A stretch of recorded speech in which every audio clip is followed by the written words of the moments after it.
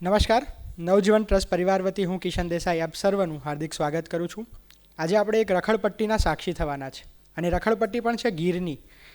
આજે જે પુસ્તકનું વિમોચન આપણી આગળ થવાનું છે એ છે ગીરની જાગીર. એટલે આજે ગીરની વાતો થવાની છે. બે ખાટલા ઢાળીને આપણી સાથે અત્યંત ગીરની વાતો થશે, ત્યાંના સંસ્કૃતિની વાતો થશે, ત્યાંના લોકજીવનની વાતો થશે. અને જ્યારે પણ કોઈક પુસ્તક આવતું હોય છે તો તેના કેટલાક પાત્રો અમર થઈ જતા હોય છે અને એ પાત્રો જ્યારે કોઈ ભજવતું હોય ત્યારે એને જોવા એ સાચે જ એક લાવો હોય છે. તો એવું જ આ પુસ્તકનું એક પાત્ર છે. એ પાત્ર આજે આપણી વચ્ચે પ્રિયાંશી મધુ પરફોર્મ કરવાના છીએ. તો આપણે પહેલાં એ માણીશું, એ પાત્ર વિશે વાત કરીએ. તો આ પુસ્તકમાં જ એક પ્રકરણ છે, એક હતું ગીર ને એક હતી શેલાર. તો આ શેલારના પાત્રને પ્રિયાંશી મધુ આપણી વચ્ચે પરફોર્મ કરશે. પ્રિયાંશી મધુ આમ તો જલસો જે પોડકાસ્ટ માટે જાણીતું એક માધ્યમ છે એની જોડે જોડાયેલા છે અને લોક સાહિત્ય વિશે, દુહા વિશે, છંદ વિશે એમનું ખૂબ જ અનુભવી એ વક્તા તરીકે પ્રતિષ્ઠિત છે. તો અમને વિનંતી કરું કે આવો આપણને શેલાર જોડે મુલાકાત કરાવે. પ્રિયાંશી મધુ.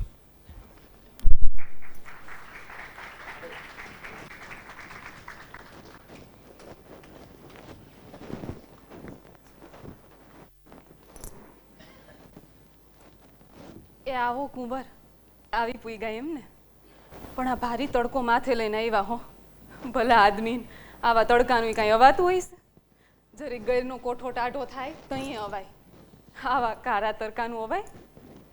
પણ હવે આવી પૂઈ ગાશો તે અમરપટ્ટો લખાવીને આવ્યા હશો પછી, હે ને? હું શેલાર. અને જુસબે તમને ચોરવાડથી જેનું સરનામું ચીંધ્યું ને એ હું. નામ તો મારું શેલાર છે ને એ નદીની ઉપલી ધારે મારો અહીંયા ડંગો છે. અને કુંવર, તમે ભલા આદમીન આ તમારી મરેલી માને ધાવવા નીકળ્યા છો હો. અરે ભલા આદમીન, મરેલી માના તો ખાલી ડોળા મોટા. અને આ ગીર છે ને એ કાંઈ હવે અસલની ગૈર નથી, પણ મરેલી તો એ માં કાં, હે ને? અને કુંવર, જુસબ મને કહેતો હતો કે તમને ગૈરની ને હાવજની વાર્તાઓ સાંભળવાની એવા ઉપડા છે. તો ભલે આવ્યા. આવો મારા રામ, આવો. ભલે આવ્યા. પધારો મારા પેટ, આવો. પણ આ ગૈર છે ને એ એક સમયે તો અસલ જીવતી બાઈ હતી. કોઈ અસલ જીવતી જાગતી જ્યોત જેવી બાઈ હતી. પણ આ અસલ ગૈરના દર્શન તો હવે કેમ થાય? અને એમાં ભંઠાના ડુંગરમાં તો ગૈરમાની એક ડેરી છે ને અહીંયા એનો થાપોય છે. મારા આતા તો મને ગૈરની ઘણેરી વાર્તાયું કહેતો. અને કુંવર, આ તમે અહીં ઠેઠ આવી પૂગ્યા અને ગૈરની ને હાવજની વાર્તાયું સાંભળવી છે, પણ આખી ગૈરનો વભો કાંઈ એકલા હાવજુ થોડા છે, હે? ગૈરના તો માણા ને પાણા હંધાય રૂપાળા. દેખી હકો ને તો દેખજો. અને આ ગૈર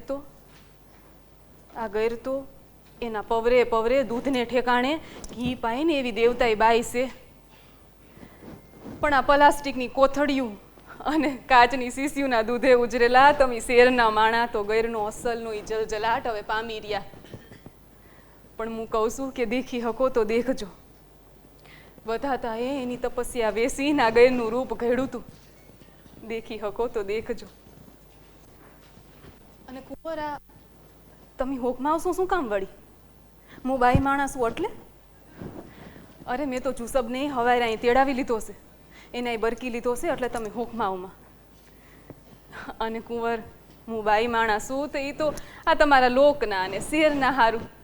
જો તમને દાંત આવશે હો, પણ હું તો એમ જાણું કે હું જ વન આખું છું. જેને જી નામ ઠામથી બોલાવ્યું એમ બોલાવે ને. મારે ક્યાં ગામના ચૂલા માંડવાના છે? અને કુંવર, આ ગૈર છે ને એ કાંઈ અસલની ગૈર નથી. અત્યારે તો સરકારની જીવતા જનાવર દેખાડવાની બારી વિનાની એક જબરી દુકાન છે ખાલી. અસલ ગૈરના દર્શન તો આજ લગણ કોઈને થયા છે તે થાય. અને કુંવર, આ ગૈરના નામે ખાલી ધતિંગ ને ધૂણા છે. વેપાર એનો મોટો છે કુંવર. અને આ પરકરતી એટલે વેચાય છે છડે ચોક. અને અમારા સ્ત્રીની જાત અમારા સ્ત્રીની જાત તો લૂંટાવા જ બેઠી છે ને. કોઈ અમારો દેહ લૂંટે તો કોઈ અમારો આત્મો લૂંટે, પણ લૂંટાવાનું અમારે નક્કી હોય હો. અને અંબાઈ માણાને હેત દેતા આવડે. હું તો ગૈરમાં જન્મી છું ને, તે ગૈર પાસેથી એક જ વાત શીખી સૌ કે હેત દેતા રહેવાનું. માગનારો થાકી ન જાય ને ત્યાં લગણ બસ હેત દેતા રહેવાનું. હેત જડે તો હંધુય જડે કુંવર, હેત જડે તો હંધુય જડે. અને આ તમની વાર્તાઓ સાંભળવાના હેવા ઉપડ્યા છે. તે હું નાની હતી ને તો એ મારો આ તો મને ઘણેરી વાર્તાઓ કહેતા. એમાંથી એક ચાંપલા હાવજની ને એની ઘરવાળી રૂપાળી સિંહણની વાર્તા મને હજી યાદ છે. ઘણા ટાઈમ પહેલાની વાત છે. ગૈરમાં ચાંચિયા ને પાણીયાની કાંધમાં અંધારી નામે ગીચ ઝાડિયુંનું વન. એ અંધારીની માલિકોર બે હાવજની રાયડ, અને હાવજે કેવા ડાલા મથા, એક સિંહ ને બીજી સિંહણ. સિંહનું નામ ચાંપલો અને સિંહણનું નામ રૂપાળી. ચાંપલાના આગલા બે પગ ચાંપલા એટલે માલધારી, એનું નામ ચાંપલો રાખેલું. અને સિંહણ તો માડી રૂપનો અંબાર એટલે માલધારીઓએ એનું નામ રૂપાળી રાખેલું. અને આ સિંહ અને સિંહણ બેયને હૈયે એક જ એવી હેતની ગાંઠ. ભલા આદમીને કંઈક તો આપણ માણાની એની ઈર્ખા આવે, એવા તો બેયને હેત. કુદરતનું કરવું છે ને. એક વખતનો ટેમ છે અને માલધારીઓનું ખાડું નદીને કાંઠે પાણી પીતું હતું. એમાંથી સિંહ અને સિંહણે એક પાડો માર્યો, શિકાર કર્યો. પણ હવે સિંહને આ નદીના હાંકડા પટમાં કંઈ પાડો ખાવાનું ગોઠે નહીં. અને છે ને કુંવર, હાવજને તો અમથી ટેવ હોય કે શિકાર મરે ગમ્યા કરે, પણ એને ખાય તો ખુલ્લા પટમાં બેહીને જ. એટલે એ નદીનો પટ હતો ને, ત્યાંથી 3 હાથોડા એક ઊંચી ભેખડ હતી.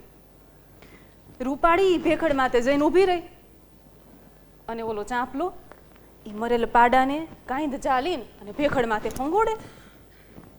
ચાંપલાએ એક વખત એ પાડાને કાંઈધ ચાલીને અને ભેખડ માથે ઘા કર્યો અને પાડો હેઠો આવ્યો.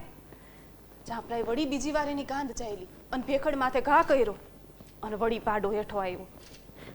ઓલી રૂપાળી આ બધો ખેલ જોવે કે મારા ધણીથી પાડાનો કેમય કરીને ઘા થતો નથી. ચાંપલો પાડાનો ઘા કરે અને પાડો ફફાંગ કરતો હેઠો પડે. ચાંપલો પાડાનો ઘા કરે ને પાડો ફફાંગ કરતો હેઠો પડે. એટલે ઓલી રૂપાળીને એમ થયું કે મારો ધણી કયુંનો મથે છે, તો લાઈને હું એની મદદે જાઉં. એટલે રૂપાળી ભેખડ માથેથી હેઠી આવી નદીના પટમાં. ચાંપલા પાસે ઊભી રહી. માં પાડો પડ્યો તો એને જોયો, અને ગમે એમ તો એ રૂપાળી અસ્ત્રીની જાત ને. ચાંપલાને એને બે ઘડી જોયો, એને ચાહીટો અને એને હેત કર્યું. ગમે એમ તો એ અસ્ત્રીની જાત. અને ઓલો મરેલો પાડો પડ્યો હતો ને, એની પાસે જઈને ઊભી રહી. એને નીચું જોયું, તોય એને ફેરદાણ ચાંપલો ઊભો હતો ને એને સામું જોઈ લીધું. એના ધણીની સામું એક વખત જોઈ લીધું, પણ એનો ધણી તો હવે ખરેખરનો ધૂંધવાઈ ગયો હતો. એની ઘરવાળી અસ્ત્રીની જાત થઈને પાડાનો એક વખતમાં ઘા કરી દીધો, અને આ નરની જાત થઈને એનાથી પાડો ઘા ન થયો. હવે ચાંપલો ખરેખર મરદના રંગે રંગાઈ ગયો. રૂપાળીએ પાડાને જોયો, એની કાંધ પકડી, અને 1, 2 અને 3 ગણતા તો પાડાને જે ઉલાડીને ઘા કર્યો તે પાડો સીધો ભેખડ માથે જઈને પડ્યો. અને ચાંપલો તો તરત ભેખડ માથે ગયો. ઓલી રૂપાળી એ તો બસારી હેતની મનસા લઈને એના ધણીની પાસે જઈને ઊભી રહી ભેખડ માથે જઈને. પણ ચાંપલો તો હવે પ્રેમી મટીને ધણી થઈ ગયો હતો. એને તો રૂપાળી હમું જોયું નહીં. અને પાડો પડ્યો હતો ને ભેખડ માથે, એને હોય ઝાટકીને વળી નીચે નદીના પટમાં ઘા કરી દીધો. રૂપાળી બધોય તાલ પામી ગઈ. ચાંપલો વળી હેઠો આવ્યો નદીના પટમાં. પાડો પડ્યો તો એની પાસે આવ્યો. રૂપાળી બસારી ગભરૂડી થઈને અને એની ધણીને વાહો અહીં આવી હેઠી. ચાંપલાએ તો ડુંગરના પાણા ધણીણી ઉઠે એવી તરાડ નાખી અને હોય ઝાટકીને નદીના વહેતા પાણીમાં એના પંજાનો ઘા માર્યો. પણ ઓલી રૂપાળી વર્તી ગઈ કે ધણીનું ધણીપણું લાઈજું, ધણીનું ધણીપણું લાઈજું. ચાંપલાએ ઈ પાડાને બયડેથી પકડો અને 1 2 અને તઈને એમ ગણતા તો હોય ઝાટકીને પાડાનો એવો ભેખડ માથે ઘા કર્યો કે જાણે ગોફણમાંથી પાણો વસૂટે એમ પાડો ભેખડ માથે જઈને પડ્યો. અને પછી ઓલી રૂપાળી એની પાસે ઊભી હતી. રૂપાળીના પાતળી કેડ ઉપર ચાંપલાએ હોય ઝાટકીને પંજાનો ઘા કર્યો કે ઓલીની કેડ યાની કડડ કરતી તૂટી ગઈ. ચાંપલાએ રૂપાળીની કેડ માથે હોય ઝાટકીને બીજો ઘા કર્યો અને રૂપાળી એની ધણિયાણી બિસારી યાન લોથ વળી ગઈ. અને ઈ તો બિસારી ડોળા વકાહીન એના ધણી હામું જોઈ રહી, ડોળા વકાહીન એના ધણી હામું જોઈ રહી. પણ ચાંપલો તો હવે મરદના રંગે રંગાઈ ગયો. એને ઓલી રૂપાળી હમું ફેરદાણ જોયું નહીં, એની ધણિયાણી હુઈ ગઈ નહીં અને ઓલો પાડો મરી ગયો તો ને એને ખાધોય નહીં. લ્યો કુંવર, આવી આ આદમીની જાત, એને કંઈ અમારા સ્ત્રીના હેત પારખતા ન આવડે અને અમારે તો લૂંટાવાનું જ હોય. પણ કુંવર, તમે માનો કે ન માનો, અમારા સ્ત્રીના 2 હાથ કાયમ તમારે નર જાતની માથે રહેવાના હો. અને હું તો એટલું જાણું કુંવર કે હેત વિનાનો આ સંસાર ખારો ઉસ, હેત વિનાનો આ સંસાર ખારો ઉસ, ખારો ઉસ.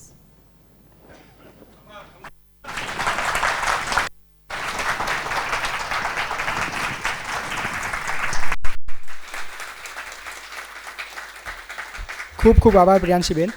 એક LML વેસ્પા સ્કૂટર પર 2 સવારો રખડપટ્ટી માટે નીકળ્યા છે. આગળ બેઠેલ અસવાર પાછળ બેઠેલ અસવારને આ રખડપટ્ટીથી શબ્દ સુધી લઈ જાય છે. આ બંને અસવાર એટલે આજના આપણા વક્તા આદરણીય મહેન્દ્રસિંહ પરમાર અને લેખક ભાઈ શ્રી દિગ્પાલસિંહ જાડેજા. હું બંનેને વિનંતી કરું કે આવો મંચ ઉપર પોતાનું સ્થાન ગ્રહણ કરે.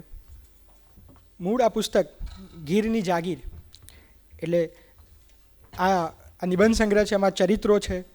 તો આ ગીરની વાતો મૂળ આ શીર્ષકથી દિગ્પાલભાઈ લખેલા એ દરેક નિબંધોને આ પુસ્તકમાં આવરી લેવામાં આવ્યા છે. તો સૌપ્રથમ આપણે પુસ્તક વિમોચનની ક્ષણને વધાવીએ. હું વિનંતી કરું દિગ્પાલભાઈના પત્ની નિધિબાને, એમના માતાશ્રી નલિની દેવી કિશોરસિંહ જાડેજાને, પદ્મરામસિંહને, નચિકેતા દેવીને અને એમના ભાઈ દિગ્વિજયસિંહ કિશોરસિંહ જાડેજાને વિનંતી કરું કે આવો આપણે પુસ્તક વિમોચનની ક્ષણને વધાવીએ. હું સાથે વિનંતી કરું નવજીવન ટ્રસ્ટના ચેરમેન વિવેક દેસાઈને અને બીજા ટ્રસ્ટી સોહમભાઈ પટેલને કે આવો મંચ ઉપર હતો.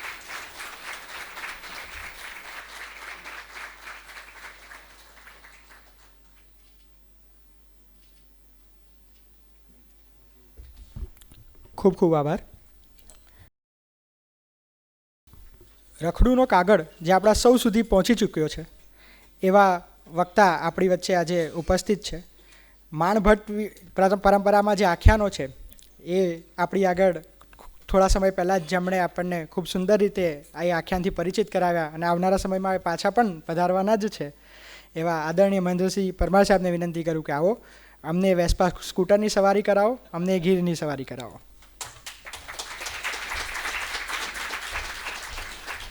નમસ્તે.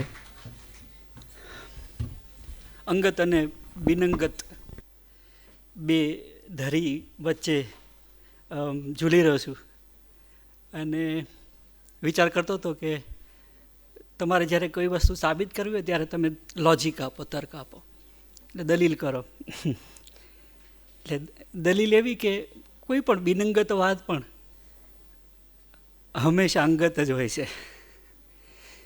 એટલે એ રીતે સબ્જેક્ટિવ અને ઓબ્જેક્ટિવ બે પર્સપેક્ટિવમાં હવે આ હું જે વાત કરી રહ્યો છું તમને ઘણાને નહીં સમજાય કે હું આ શું કામ કરી રહ્યો છું, પણ ચલો, જોનાથન લિવિંગસ્ટન સીગલ નામનું એક પંખી છે, ઉડતું ઉડતું ઉડતું ઉડતું છેક એવી જગ્યાએ પહોંચ્યું જ્યાં એને એવું હતું કે એ જ કદાચ પહોંચ્યું છે.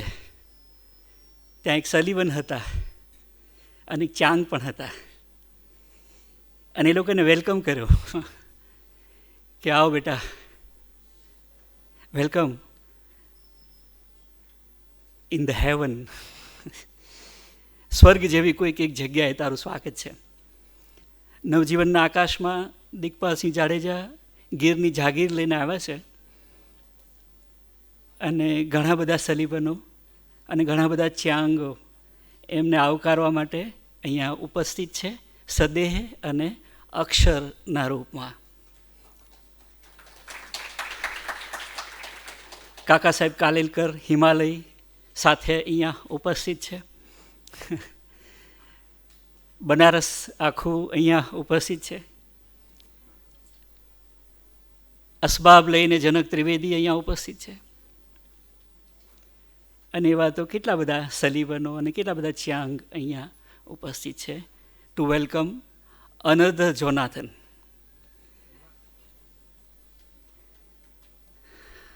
આ લેખકને હું આનંદ વાટિકા ભગિની મંડળમાં એ જન્મ્યા ત્યારથી ઓળખું છું.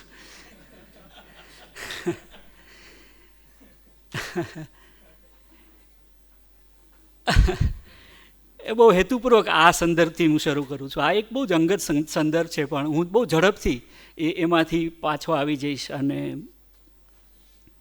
એટલે મારે કહેવું છે એવું કે આનંદ વાટિકા ભગિની મંડળમાં જે બાળક જન્મ્યું હતું એ બાળક આજે 2026ની સાલમાં દ્વિજ બની રહ્યું છે, એ ફરી જન્મી રહ્યું છે. અને આ એનો લેખક તરીકેનો, શબ્દ સાથે કામ પાડનારા એક શબ્દના મુસાફર તરીકેનો એનો જન્મ છે. એ વખતે અહીંયા ઉપસ્થિત તમારા સૌની સાથે હું મારા હૃદયનો ભાવ અને આશીર્વાદ એની સાથે જોડું છું. ગીરની વાતો એવા નામથી એણે બહુ જાણીતી થયેલી એવી આ શ્રેણી લખેલી. મારી પાસે એ જૂનું શીર્ષક છે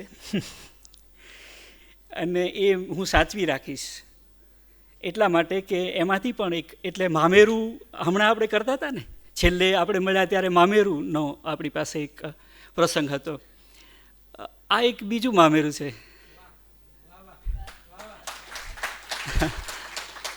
અને આ મામેરાની ખૂબી એ છે કે કન્યાએ પોતે જ પોતાનો કરિયાવર ભર્યો છે.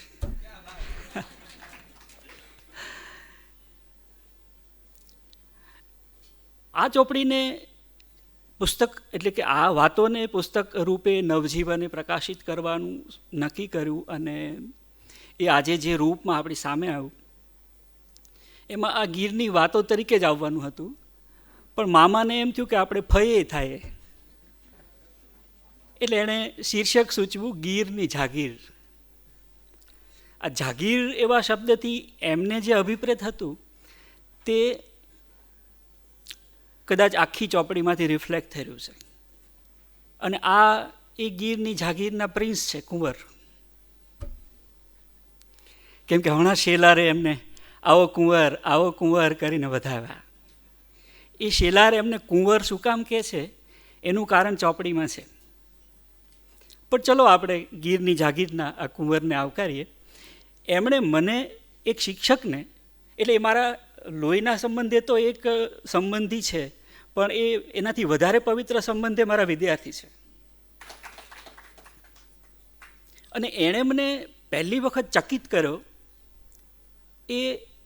એટલે મને નવાઈ એના વિશે ન લાગે આમ બહુ. પણ એણે મને એક ચોપડી મોકલી, મેન્યુસ્ક્રિપ્ટ, અપૂર્વ અને 5 પાખડીવાળા ફૂલની કથા. અદમ્ય સાહસની એક સળંગ અનોખી કિશોર કથા. આમાં અનોખી એવું એણે પોતે જાતે જ વિશેષણ આપ્યું. પણ કિશોરો માટે એક સરસ કથા એણે લખી, હજી આ જ રૂપમાં છે. આજે મને જેટલું આશ્ચર્ય થાય છે અથવા તો જેટલો આનંદ થાય છે એનાથી 10 ગણો આનંદ જ્યારે મેં એની પાસેથી આ મેળવ્યું ત્યારે મને થયો હતો. It was the most thrilling moment of a teacher. એ આજે હું લઈને આવ્યો તમને દેખાડવા. એટલે આમાંથી કેવું કે હળવે કરીને મમરો મૂક્યો કે આ કોઈકને છાપવું હોય તો છાપે એમ. પણ એમાં હજી ઘણું એડિટિંગ અને ઘણું એને હજી એના ઉપર રંધો મારવાનું ઘણું છે. પણ ત્યારે મને નવાઈ લાગેલી કે એની જે ફેન્ટસીની અને એની સાહસની અને કિશોરો માટે કિશોરોની દુનિયાને જે રીતે એણે બનાવી હતી, એમાં હાથબના દરિયા કિનારાથી એણે કથા શરૂ કરેલી અને એમાં જાત જાતનું બધું અસંભવિત લાગે એવું બધું એમાં આવ્યું હતું. આ વાતથી હું એટલા માટે શરૂ કરું છું કે આવી એક સાવ જ ફેન્ટસીમાં જઈને સાહસિક કથાઓ કિશોરો માટેની વિચારીને એ સમયનો એક યંગ રાઇટર કેવી રીતે ધીમે ધીમે કરતો ગીરનું ઘોયું બન્યો. વોન્ડરલસ્ટ વિશે આપણે મેઘાણીના પ્રવાસની વાત કરતા હતા ને આજ મંચ ઉપર, ત્યારે એમને યાદ કર્યા હતા. સોરઠને તીરે તીરે અને સૌરાષ્ટ્રના ખંડિયેરોમાં. એ આજે ફરી વખત એમાંનો એક ઉદ્ગાર મેઘાણીભાઈનો મારે કહેવો જોઈએ, કેમ કે ગીરની વાત થાય એટલે આપણને હવેના દિવસોમાં ગીરની વાત થશે એટલે બીજા એક લેખકનું નામ પણ તમે લેશો, પણ ગીરની વાત થાય એટલે ખાસ કરીને મારા મનમાં એક બહુ જુદો વિચાર ચાલી રહ્યો છે, તે સ્થળ સાથેના વ્યક્તિના અનુબંધનો. એટલે ભૂગોળ છે એ માણસની સાથે કેવી રીતે સ્થિર થઈ હોય અને કેવી રીતે ચલિત થઈ હોય. હું એવું માનું છું કે આ પ્રકારનું જે લખાણ છે, જે પ્રવાસને સાથે જોડાયેલું અથવા તો ભ્રમણની સાથે જોડાયેલું, એમાં છે ને મને એવું લાગે છે કે વ્યક્તિનો છે ને કોઈ સ્થળ સાથેનો હૃદય સંવાદ એનું કેન્દ્ર હોય છે. એટલે એક સ્પિરિચ્યુઅલ ડાયલોગ. સ્પિરિચ્યુઅલ શબ્દ જરાક મોટો લાગશે, પણ હૃદય સંવાદ એમ કહીશ તો કદાચ વધારે પાકો થશે. મને એવું લાગે છે કે સ્થળ ઘણી વખત વ્યક્તિને પ્રેરે છે અને વ્યક્તિ સ્થળ રચે છે. એટલે અમારા વિવેકભાઈ બનારસ જાય વારે વારે, તો બનારસ ધીમે ધીમે ધીમે કરતું એમની પાસે ઉઘડે. દિગ્પાલ વારંવાર ગીરમાં જાય, વળી વળીને ગીરમાં જાય. હું વળી વળીને ખોડિયાર મંદિરે જતો હતો. હવે મારું એ ખોડિયાર મંદિરે એણે લઈ લીધું. હવે હું નથી જાતો, એ જાઈશ. પણ વાંધો નહીં, કાકા સાહેબ અને ભોળાભાઈ તો આ પ્રકારની ટોર્ચ બેરર્સની જ વાત કરતા હતા. મશાલ છે, રખડવાની મશાલ, રખડવાનો ઈજારો કંઈ કોઈ એક જણો જેના ચરણમાં તાકાત હોય અને જેના મગજમાં ઈચ્છા શક્તિ હોય એ બધા રખડે, અને રખડે એ પામે. આ તો બધી જાણીતી વાત છે. પણ મેઘાણીભાઈ જે કહેતા હતા ને, ત્યાંથી મારે શરૂ કરવું છે. હૃદય સંવાદની વાત હું કરતો હતો અને મને એવું લાગે છે કે પોતપોતાનો વરસાદ હોય એમ પોતપોતાનું સ્થળે હોય. એટલે જે ગીરમાં આપણને દિગ્પાલભાઈ લઈ જવાના છે, એ ગીરમાં આપણે જઈએ તો એ ગીર દિગ્પાલભાઈની ન હોય, એ આપણી હોય. ખોડિયાર મંદિરે હું મારા છોકરાઓને લઈને ગયો તો બધા છોકરા કહે સાહેબ અહીં કાંઈ નથી. એટલે ઘણીવાર કેવું થાય કે સ્થળમાં કંઈ નથી હોતું, એની સાથે સંવાદ કરનારાની યુતિમાં, એટલે શબ્દ અને અર્થની યુતિ જો સાહિત્ય બનતી હોય તો વ્યક્તિ અને સ્થળની યુતિ છે એ પ્રવાસ લેખન બને છે. દરેક પ્રદેશને પોતપોતાનો એક મુકરર આત્મા, સ્પિરિટ હોય છે. એની સંગાથે એકાકાર ન થઈ શકનાર પ્રવાસીને એ બધું નર્યા પથ્થરો, પાણી, ધૂળ અને ધૂળ થકી એ બદતર માનવ માળખાથી જ ભરેલું એક સ્થાન દેખાય. પણ આત્મા પકડનારને માટે તો જરૂરનું છે કે દિવસોના દિવસો સુધી આ બધા જે સલીવનોએ અને ચ્યાંગોએ અને જોનાથનોએ અને મેનાર્ડે એ બધાએ જે કર્યું છે ને આ છે. આત્મા પકડનારને માટે જરૂરનું છે કે દિવસોના દિવસો સુધી બસ ઝંખના જ એકઠી કર્યા કરવી. કારાગારમાંથી નાસનાર કેદીની પેઠે ઘરના સુખ સગવડ અને કુટુંબ મોહમાંથી નાસી છૂટવું. આ ભાઈ કહે છે કે ગિરનાર ઉપર ગયા ને ત્યારે 2 દિવસના સંન્યાસી બન્યા હોય ને 2020 રમી આવ્યા. સંન્યાસી બનવાની 2020 જ રમાય બાપા. રેલગાડી જે છેલ્લા બિંદુ સુધી લઈ જાય ત્યાંથી તો સાચી મુસાફરીનો આરંભ સમજવો. ટપાલના કાગળો જ્યાં નથી પહોંચતા, પાણી જ્યાં કોઈ ખારવાની કાટ મારી ગયેલ ગાગરમાંનું કચરે ભરેલું પહેરણની ચાળ વડે ગાળીને પીવું પડે છે, સુવાને સારું જ્યાં એના મહિનાઓના વણનાયા શરીર સાથે ઘસાઈને બિછાનું કરવું પડે છે, એના દારૂ ગાંજાની સોડમો જ્યાં શ્વાસે શ્વાસે પેટમાં ઉતારવી રહે છે, એના રોટલાથી જ જ્યાં જઠર ભરવું પડે છે, ત્યાં એવી હાલતમાં એક અઠવાડિયું દટાઈ રહેવું પડે, એના કંઠનું સાહિત્ય કઢાવવા માટે એની જોડે કાલા ઘેલા બનવું પડે, એના આંસુઓમાં આંસુ અને એના હાસ્યમાં હાસ્ય મેળવવા પડે, એ પછી જ સાચો પ્રાણ જળવા માંડે છે. આ દાદાએ જે અભિલાષા કરી અથવા તો જે શરત મૂકી એ શરતને પાળનારો એક બીજો લેખક અહીં બેઠો છે.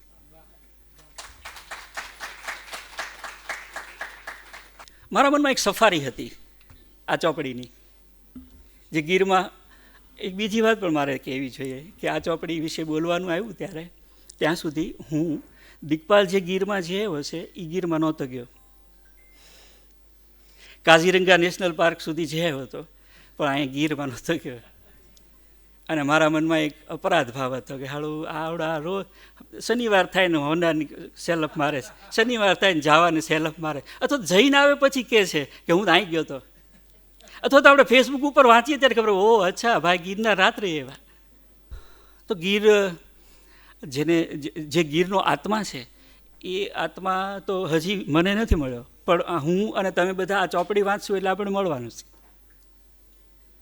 પણ હું હમણાં 1-2 દિવસ ગીર છે આ ચોપડી લઈને ગયો હતો કે આ જુસબ ક્યાંક મળી જાય, આ શેલાર ક્યાંક મળી જાય, આ વેલજીભાઈ ને આ વિજુબેન ને કંઈ મળી જાય. મને કોઈ નહોતા મળવાના, કેમ કે હું એમને ગોતવા નહોતો ગયો. હું તો સફારીમાં બેઠો અને 22 સિંહ જોઈને વહી આવ્યો. અને ગીરની બજારમાં હું ગયો હતો. આ છોકરો ગીરના એવા ઇન્ટિરિયર્સમાં જે આવ્યો જ્યાં હજી હું નથી ગયો. આપણને બધાને એ લઈ જશે જંગલ ખાતાની પરવાનગી વગર. ચોપડીઓની એ તો મજા છે કે એ તમને લઈ જાય. હમણાં જ આપણે તો મોતને હંફાવનારા છે દક્ષિણ ધ્રુવ ને ઉત્તર ધ્રુવ સુધી રામભાઈ આપણે આંટો મારે એવા. એ લોકો 6-6 મહિનાની આ રહ્યા ને આપણે અહીંયા 40 મિનિટમાં બેયને મળી લીધું. અલ્ટિમેટ લક્ઝરી કદાચ કોઈ હોય તો આ છે કે જે લોકો ઘૂમવાના છે, જે લોકો ઘૂમવાના છે, જે લોકો ઘૂમવાના છે એ લોકો ઘૂમવાના છે, અને જે લોકો બેઠા બેઠા એ ઘુમક્કડીની મોજ લેવાના છે એ મોજ લેવાના છે. મન ચંગા તો કથરોટ મેં ગંગા. આ ચોપડીના વિશે મને એમ છે કે હું એક સફારી કરાવું, એવી સફારી જેમાં એન્ટ્રી ગેટથી પાસ કઢાવી અને આપણે નીકળવાનું, અને દરેક લોકેશન ઉપર જે વ્યક્તિ અને જે વાત મળે એમાંની એક ઝલક લઈ અને આગળ વધી જવાનું ટ્રાય કરીએ. દાખલા તરીકે આ ચોપડીનું પહેલું પ્રકરણ છે સિંદોરીઓ સાવજ. એક રીતે આ બધી સિંહ કથાઓ છે,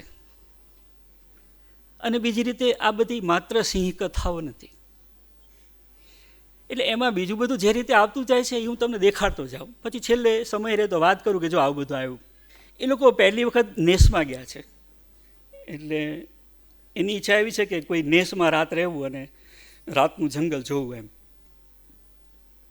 એટલે આ પહેલી મુસાફરી છે, એમાં એ લોકો ગીરના કોઈ નેસમાં, નામ નથી કહેવાના ગીરના નેસનું,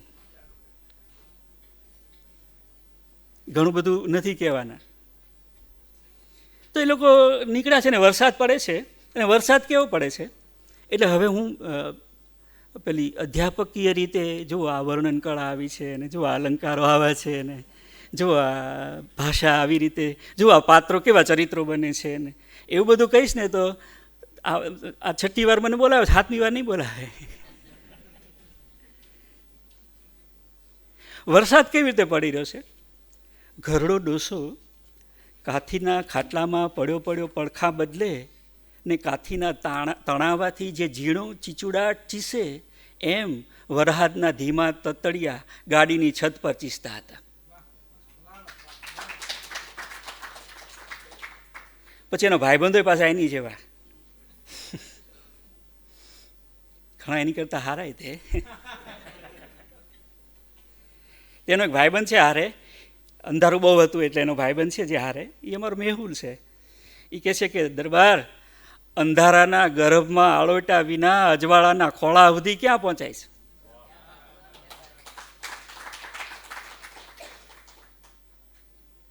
પ્રેમિકાના બોલાસ સરીખા ધીમી ધારના વરસાદની છાંટ, પ્રેમિકાની બોલાસ સરીખી ધીમી ધારની વરસાદની છાંટ અમને ભીના કરતી હતી. બહુ અલંકરણોમાં નથી જતા લેખક, પણ જ્યાં જરૂર પડી ત્યાં એ જાય છે. હવે આ નેસમાં એમને જે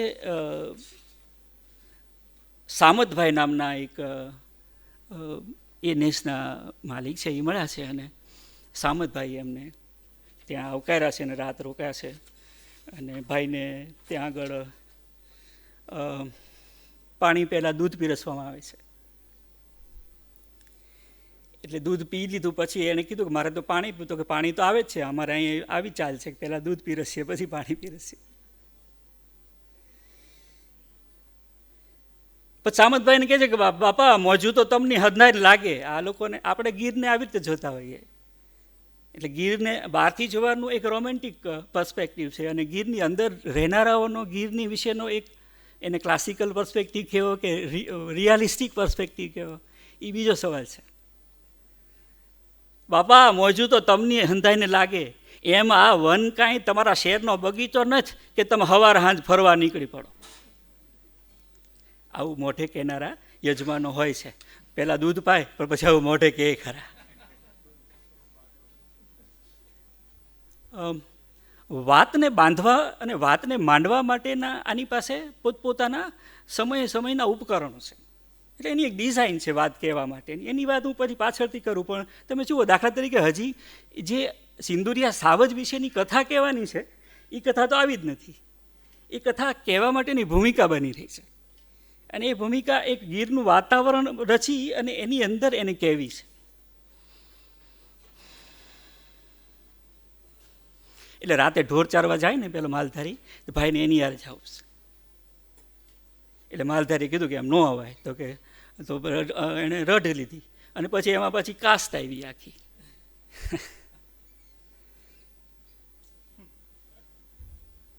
આસપાસ આજ્ઞાના ચમકારા અવલૌકિક એટલા જ આધ્યાત્મિક લાગતા હતા. વાતાવરણમાં લીલી ગંધ વર્તાતી હતી. અરણીની તીખી સુગંધમાં ને પહુડાના અવાજોમાં ભય મિશ્રિત આનંદ હતો. આ બધું વાતાવરણ બન્યું પછી કથા આવી. કથા કઈ આવી?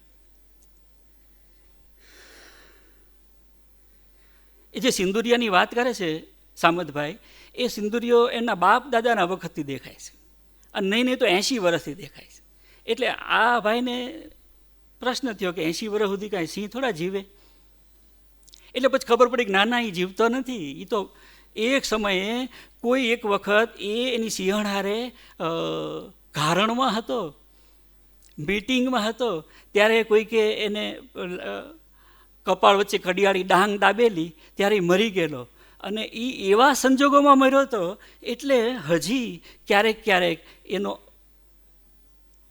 ભૂત તરીકેનો ત્યાં આગળ હાજરી છે અને એ આ લોકોને દર્શન દે છે. એટલે પછી એને સિંદુરિયો સાવજ એવું નામ આપ્યું છે. એટલે કોઈ એક સમયે 80 વર્ષ પહેલાં મીટિંગમાં રહેલો એક સિંહ છે, એને કોઈક મારી નાખે તો એનું ભૂત પાછું ગીરમાં ફરે છે. આ બધું માનવું કે ન માનવું એની. કેમ કે લગભગ દરેક પ્રકરણમાં, દરેક કથામાં વારંવાર કથા કહેનારો તમને કહેશે કે તમારે માનવું હોય તો માનો, નહીતર કાંઈ નહીં. ગીરની વાતમાં તમારે શંકા નહીં કરવાની. બનારસના કેટલાય પ્રસંગો છે, એમાંનો એક તો મને અત્યારે દેખાય છે, આમ ઓ બાપા, મળદા ઉપર બેસીને એ લખ્યો છે આપણા લેખકે. તો ચલો, બીજા એક દિલાવર મૂસા છે જે ભાઈને મળ્યા છે, ગોંડલ પાસે રહે છે.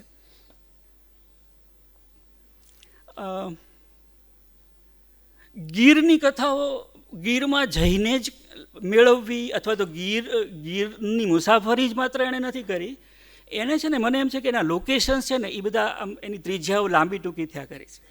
એટલે ઘણીવાર કેવું થાય કે એને ગીરની કોઈક એક કથા છે એ દિહોર ટાણાના કોઈ એક ગામથી કોઈ એક માળી, ગીરના કોઈ એક માળી દિહોર ટાણાના ગામમાં બેઠા હોય તો એની પાસેથી એને બીજુંમાં એની કથા મળી હોય. કોઈક એક કથા એને જાફરાબાદ બાજુથી ક્યાંકથી મળી હોય. કે ગીરમાં જઈને જ ગીરની કથાઓ મળે એવું નહીં, અમદાવાદમાં બેઠા બેઠા એને ગીરની કથા મળી છે. એટલે આ સ્થળોના જે લાંબા ટૂંકા આવર્તનો છે એ રસ પડે એવા છે. આ ભાઈ દિલાવર મૂસા છે એ અમને ગોંડલમાં મળ્યા છે, અને ગોંડલીના સામા કાંઠાનું વાસ મારતું અંધારું ઉતરી ચૂક્યું હતું. અંધારું વાસ મારતું એટલે છે કે ગોંડલી નદીને એ કાંઠે કસાઈઓની દુકાનો છે. એટલે આપણા ગુલામ શેખ જે રીતે ઇન્દ્રિયોના અનુભવોને આમ જુદા જુદા, દરબાર ગીરનું પેટાળ તો પાતાળ પેટું ઊંડું ને સમજાય નહીં એટલું ગેબી છે. તમારા ટીવી ને મોબાઈલના જમાનામાં તમને ગીરની વાયતું પચશે નહીં, પણ તોય તમારે એનું પેટ ઊંઘવું જ છે તો લ્યો ને કહું બાપા. આમ જો તમને કહું છું દરબાર, આજ મને 80 માથે સારેક વર્ષ થયા હશે, તો આ 84 વર્ષનો ડોહો છે. હવે તો ગીરને કોઈની નજર લાગી છે ભા, તે બહારના માણાના ટોળા આવશે, જાણે ઘરની વહુની લાજ લૂંટાતી હોય એવું લાગે, પણ આપણાથી થાય એવું હે.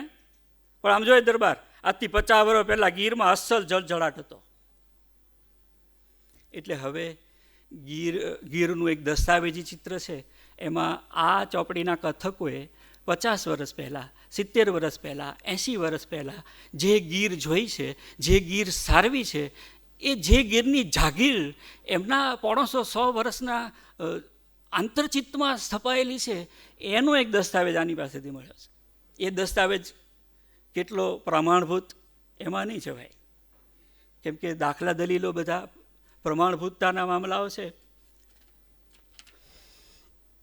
આમાં જે કથા દિલાવર મૂસો કહે છે એ એવી છે કે એક વખતે દૂધ દેવા થતો હતો અને ખીતો થઈ ગયો, કેમ કે સામે 2 ઝાંખી હાવજ અને વચમાં એક નાની છોકરી ઊભેલા. અને પછી એની કથા આવી. એની કથા એવી આવી કે એ 2 હાવજને એ છોકરીની માએ મોટા કરેલા, એટલે એ હાવજને એ છોકરી હારે ભાઈ બહેન જેવો સંબંધ. એટલે નાની એવી છોકરી રમકડા રમતી હોય એમ સિંહની હારે રમે. અને એક ગીરના એક ભયંકર પૂરમાં બંને સિંહ અને છોકરી તણાઈ ગયા, અને ત્યારથી આવી રીતે કોઈ એકલ દોકલ નીકળે એને ઝાડની છાંયે એ બે ઉપર હાથ રાખીને ઊભેલી છોકરી દેખાય, પછી ગુમ થઈ જાય. બીજી કથા જેમાં સિંહો ભૂત રૂપે દેખાણા. ગીરનું ચરિત્ર નામનો એક ત્રીજો એનો જે લેખ છે, એને નિબંધ કહેવો હોય તો નિબંધ કહો, એને ચરિત્ર નિબંધ કહેવો હોય તો ચરિત્ર નિબંધ કહો, એને પ્રવાસ કથા કહેવી હોય તો પ્રવાસ કથા કહો, જે કહેવું હોય કહો, કેમ કે એને દાવો નથી કર્યો. અને જે બધા ઇન્ફોર્મલ લખાણો છે આપણા, જે બધા ઉતરી આવ્યા છે, એ બધા લખાણો સ્વરૂપના ઢાંચામાં ઘણી વખત નથી સ્થિર થયા. બીજુમાં એને મળ્યા છે ટાણા પાસેના દિહોર ગામમાં, અને એમણે ગીરની વાત કરી છે, એને એ પિયરની વાત છે. અજોભાઈ નામનો એક માલધારી છે, એ કેવી રીતે ફફડીને સિંહના ડરથી ફફડીને મરી ગયો. સિંહ બીજું કાંઈ નહીં કરે, એ અજોભાઈને જોશે એટલે એને બરાબર પકડશે અને એવો ઘોરકશે કે ફફડાટનો માર્યો પેલો માણસ છે એ ડરી જશે, અને ડરી જશે. સિંહ કોઈક પ્રકારનું કયું વેર વાળશે એ તમારી ચોપડીમાં જવાનું. શાહ આલમ નામના એક કથકે માથા પછાડીને મરી ગયો એવા નામની એક વાત કરી છે ભાઈને. શાહ આલમ એમને કેવી રીતે મળી ગયા શાહ આલમને એમણે કેવી રીતે પકડ્યા અને શાહ આલમે એમને કેવી રીતે પકડ્યા એની કથા છે. અને એમાં છે ને ટેરિટોરિયલ વોરમાં રેવતુભા સાહેબ વધારે સારી રીતે આ કહી શકે મારા કરતાં, પણ ટેરિટોરિયલ વોરમાં પોતાની હદ નક્કી કરવાના યુદ્ધમાં આ સિંહો જે રીતે ફના થઈ જતા હોય છે એની કથાઓ છે. અને એમાંની એક કથા અહીંયા આગળ અમને મળી છે. અને નવાબ અને બીબી નામના બે સિંહ છે. સિંહનું નામ નવાબ છે અને સિંહણ બીબીના નામે ઓળખાય છે. એટલે આપણા લેખકને પાછળ જુનાગઢના નવાબની ખબર, એટલે પેલો કથક કહે છે તો કંઈ જુનાગઢના નવાબની વાતમાં નથી સાંભળ્યું, તો કે પણ એની હું નથી કહેતો, હું સિંહની વાત કરું છું. આમાં એ શરૂઆત કરે છે ત્યારે કહે છે કે તમે જાણો છો હમણાં ગીરની મસ્તી ને ગીરનો તોર ચાલે છે મારામાં. હમણાં ક્યાં કેદુનો હાલે છે. બે એક દિવસની પણ રજાઓ મળી નથી કે મારા જાવા બાઇકની 14 લીટરની પેટ્રોલ ટાંકી ફૂલ કરાવી નીકળી પડું છું ગીરનો ગોઢલો થવા. કેવો છે ગાંધીના પાદરમાં એમને મળેલો પેલો માણસ, લાલ ચટક મહેંદી મૂકેલા વાળવાળો ને આંખોમાં પાતળો સુરમો આંજેલો એક કદાવર, 5 હાથ પૂરો આદમી તડકે ઉભેલો. જ્યાં જ્યાં એને જરૂર પડી છે ત્યાં એણે વ્યક્તિઓના ચિત્રો બનાવ્યા છે. થોડાક આગળ આવશે પણ આ એક આવ્યું. આ નવાબ અને બીબી છે એમાંની બીબી છે એને ટેરિટોરિયલ વોરમાં નવાબ તો બહુ, એટલે એ લોકોના શિકારના બધા કથાનકો પણ સાથે આવે કે કેવી રીતે બે જણા ભેગા થઈને શિકાર કરે. એટલે એક બાજુથી એક ખદેડે અને બીજી બાજુથી બીજો ત્યાં ટાપીને ઊભો હોય અને એને મારી નાખે અને પછી બે જણા સાથે સેલિબ્રેટ કરે શિકાર. એટલે પતિ પત્ની. અને એમાં બે સિંહ બહારથી આવ્યા બહુ તંદુરસ્ત, અને એમણે સિંહણને મારી નાખી ટેરિટોરિયલ વોરમાં. પછી એનો આ પ્રેમી પતિ છે એણે શું કર્યું, ચોપડી લઈને જોઈ લ્યો.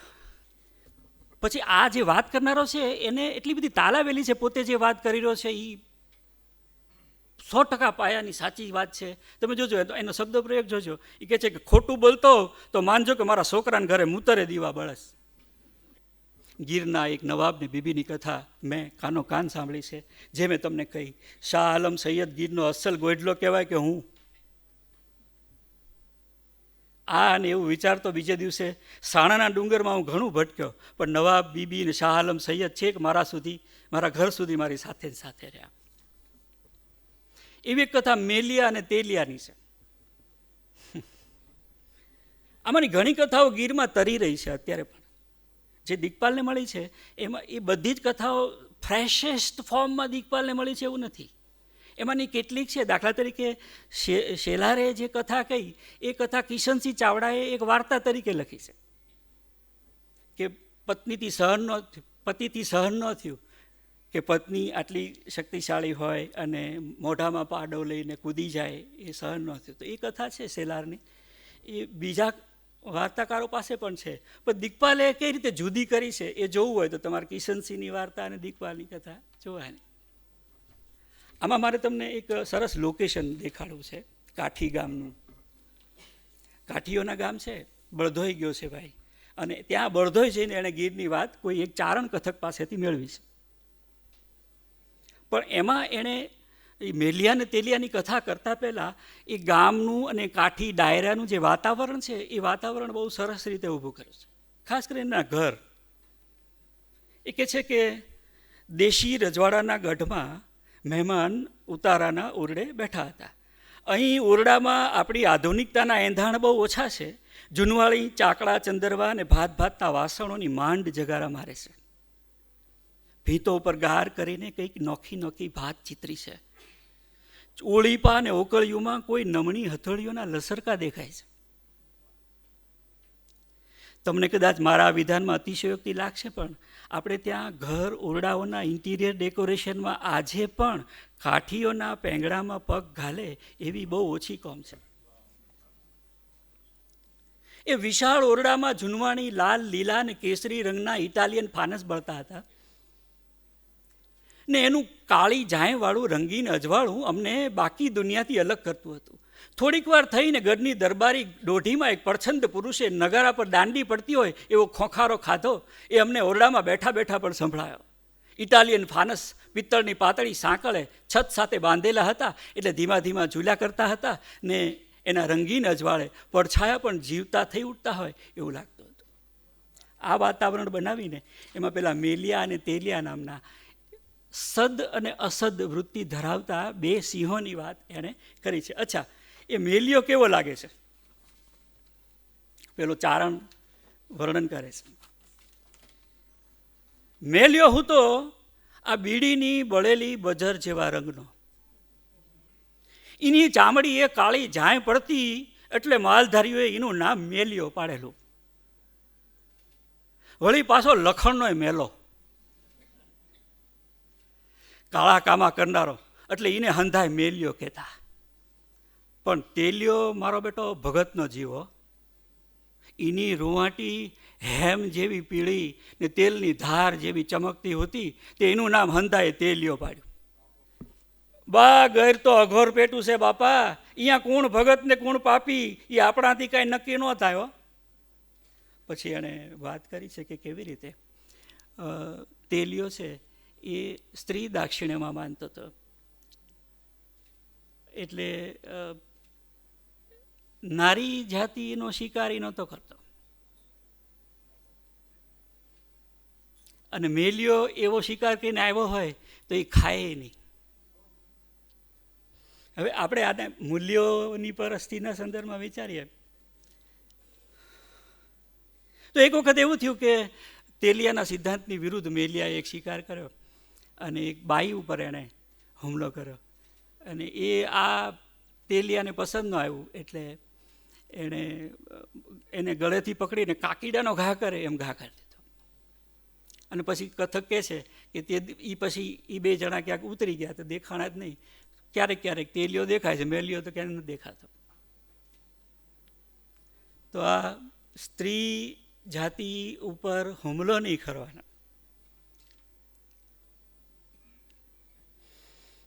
ગીરની રાત બહુ બોલકી હોય છે. હવે આમાં છે ને આ આખી કથા સિરીઝ છે એનું જે કથન કળાનું આખું શાસ્ત્ર છે એ હું અત્યારે એકેડેમિક છે એટલે નહીં સમજાવું તમને, એની નેરેટોલોજીના સંદર્ભમાં નહીં સમજાવું, કેમ કે નહીં તો તમે પાછા મને માસ્તર કહીને વળી ખરાબ દેશો. આ દુનિયાએ કથાઓનું ગાભા પોટલું છે ભાઈ. ઈ પોટલાની બે ઝીણી ગાંઠ આમ અવળી ખોલો ને ત્રણ જાડી ગાંઠ આમ હવળી ખોલો એટલે ઓલા બાજરાના બાચકાના દાણા વેરાય ને એમ હંધીએ કથાયુના લીલોતરા દાણા છૂટા પટમાં ભરભર વેરાવા માંડે હો. અને જે પંખીડાની ઈવડાઈ દાણા ચણતા આવડે ને, તાળી પાડી લે, હું પાણી પી લઉં. અને જે પંખીડાને ઈવડા ઈ દાણા ચણતા આવડે ને ઈવડા ઈ જ આ પરસમીના વનમાં સંભળાય એવા લીલા ટવકા કરે છે ભાઈ. બાકી તો છે ને હું તમને કહું કે ઓલી વાચા વિનાની ગાભાની ઢીંગલિયું થઈને કંઈ આપણો દેહ કરમાઈ જાય એનો કાંઈ નેઠો નથી. વાર્તાઓ વિનાનો માણા ક્યાંય માણા છે હે?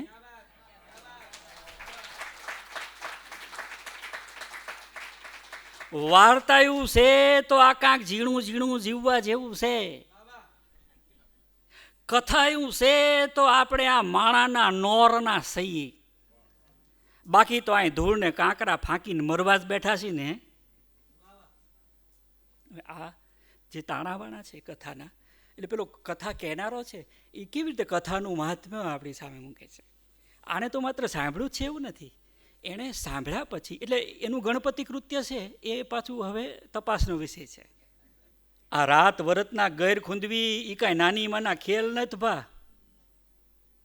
ગુગોભાઈ ચારણ છે આ, એ કાંઈ નાની માના ખેલ નથી ભા. આ તો જીગરના નાણાં ને જીગરની વાતું છે ભા. ધોળે દીએ અસલ ગીરની વાતું તમે જો સાંભળો ને તો તમારા કાનના પડદા બેરા થઈ જાય એવી આ ગેર જગતના પટમાં તમને બીજી મળશે નહીં. લ્યો હવે ખોટા ફફડો નહીં, હાલો હું સા મેલું. જે ગીરના અગમ અગોચર વ્યક્તિત્વના આ છેલ્લા ચમકારા હું પામી રહ્યો છું તે ગીર અને એનું અસલ ગીરપણું આ મારી હયાતીમાં જ બ્રહ્માંડમાંથી બહુ જલ્દી દીવો ઠરે એમ ઠરી જવાનું છે. એ અલોપ થશે પછી હું શું કરીશ એ વાતને વિચારે ઘણી વખત ફફડી જવાય છે. રખડવું એ મારી આત્માનો મૂળ રંગ છે, પણ મારા એ રખડાઓમાંથી હું ઘણું બધું જીવતા અને ઝૂરતા શીખ્યો છું. ઘણું જીવો અને ઘણું ઝૂરો બટા. તમે માનશો નહીં, પણ હું ગીરને જીવતી જાગતી જોઈ શકું છું. હમણાં જોઈએ આપણે, મેં એને અનેક રૂપમાં જોઈ છે. એના આકાર, રૂપ ને રંગ કોઈ કુશળ ચિત્રકારની રંગ પીછીથી હું ચિત્રીએ શકું એમ છું, પણ અફસોસ કે મારી પાસે એવા રૂપાળા રંગ કે પીછી નથી. હું તો બસ ગીરને સાંભળું છું. એ મારી પાસે પોતાની પેટ છૂટી વાતો માંડે છે ને હું એની વાતોમાં પાંદડાની જેમ તણાઈ જાઉં છું. તો આ અમે કહીએ લેખકનું વ્યક્તિત્વ.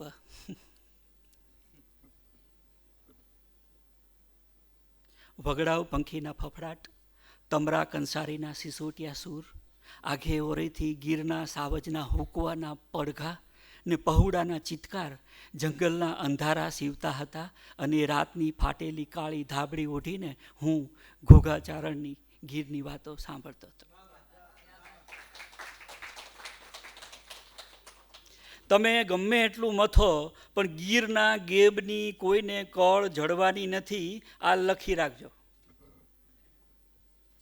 પછી એમણે જે કથાનક કીધું છે એ તો માત્રાવાળાનું અને એનું છે કેવી રીતે એક રૂપવાન સ્ત્રીને જોઈને આ યુવાન એની પાછળ પાછળ ગયો છે. ચૂડ બીજોગણની કથા એણે કરી છે. એ કથા હું તમને નથી કહેતો, એ તમે વાંચો. એક વાલજીભાઈ એમને મળ્યા છે. કેટલાક કથકો એમને સામેથી ફોન કરે છે કે ભાઈ બાપુ ક્યાં છો, તમે તો કહેતા હતા ને આવ્યા નહીં. તે ભાઈ મારી કી ગાલો. તો એવી રીતે આ વાલજીભાઈની સાથેનો એનો સંવાદ છે, એ પણ બહુ રસપ્રદ છે. એને હું જરાક વટી જાઉં. જાવાના ડબલ સાયલેન્સર ભડભડાવટી બોલાવતા જતા હોય તોય ચોમાસે ગાતા દેડકા ને જીવડા તમરાના રણકતા સૂર આખા વાતાવરણમાં એક જુદી સિમ્ફની રચતા હતા. એણે સાંભળી.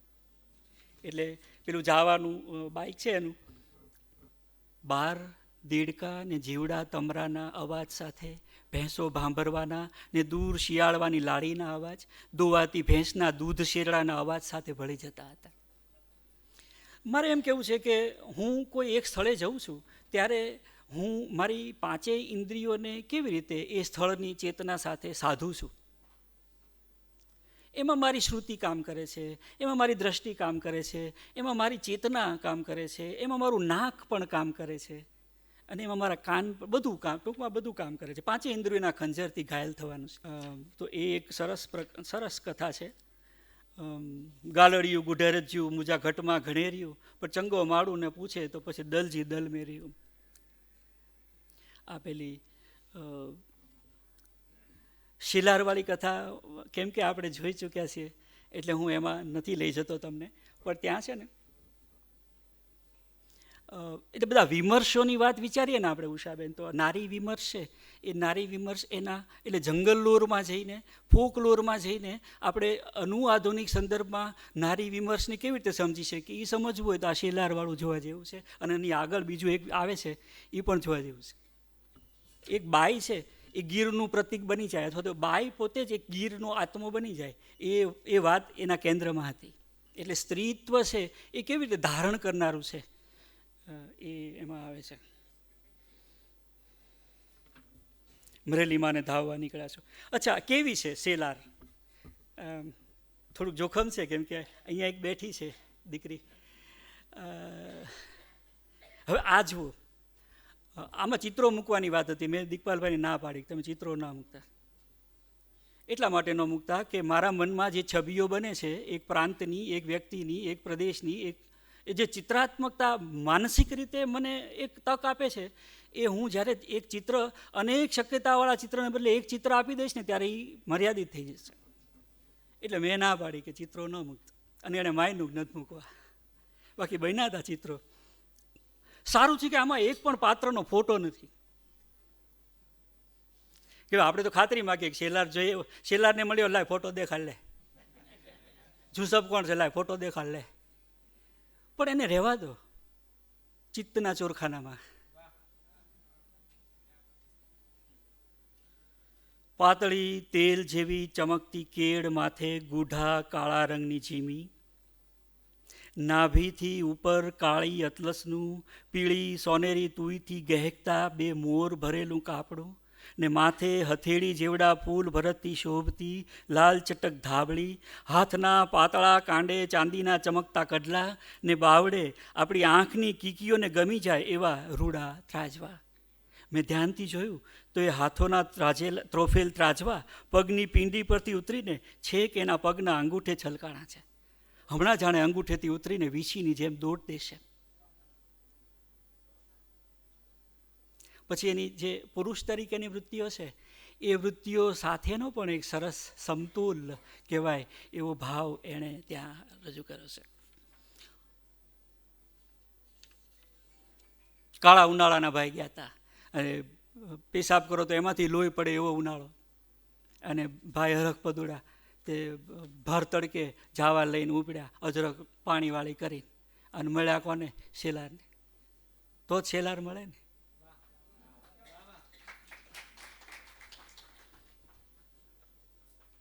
દૂર વગડાના અંધારે તમરા કંસારીની સિસોટીઓ ને ઘુવડ ચીબરીના કકલાણ રાતના ગલેફ શણગારતા જતા હતા. વાર્તાઓ નથી લખતા સાહેબ.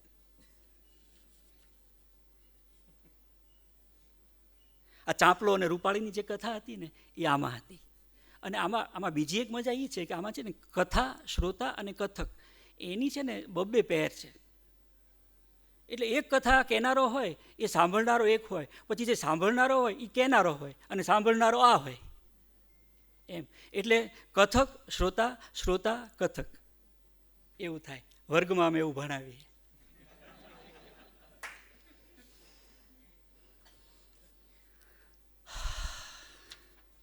દૂરો ભીમસી કત અજાના રે જાનાયેલો. કેટલા અજાણ્યાને તે ઓળખાવ્યા, કેટલા અજાણ્યાના દિલમાં તે એમને જગ્યા અપાવી. નીકળતા નથી તો કોઈના દિલમાં જગ્યા નથી મળતી, નીકળી ગયા તો જગ્યા જ જગ્યા છે. વાત કાંઈ નવી નથી દરબાર. અનુપમભાઈ, આ તમારા માટે, આ ગિરનારનું છે. ભાઈ 2 દિવસ પૂનમમાં ગિરનારી આવ્યા. મારી યારે બાઇક ઉપર બુદ્ધ પૂર્ણિમાએ ગંગા સતીની જગ્યાએ આવ્યા હતા. હું એને લઈ ગયો હતો. એણે એવું બાઇક લીધું છે જેમાં બીજું કોઈ બેહી જ ન શકે.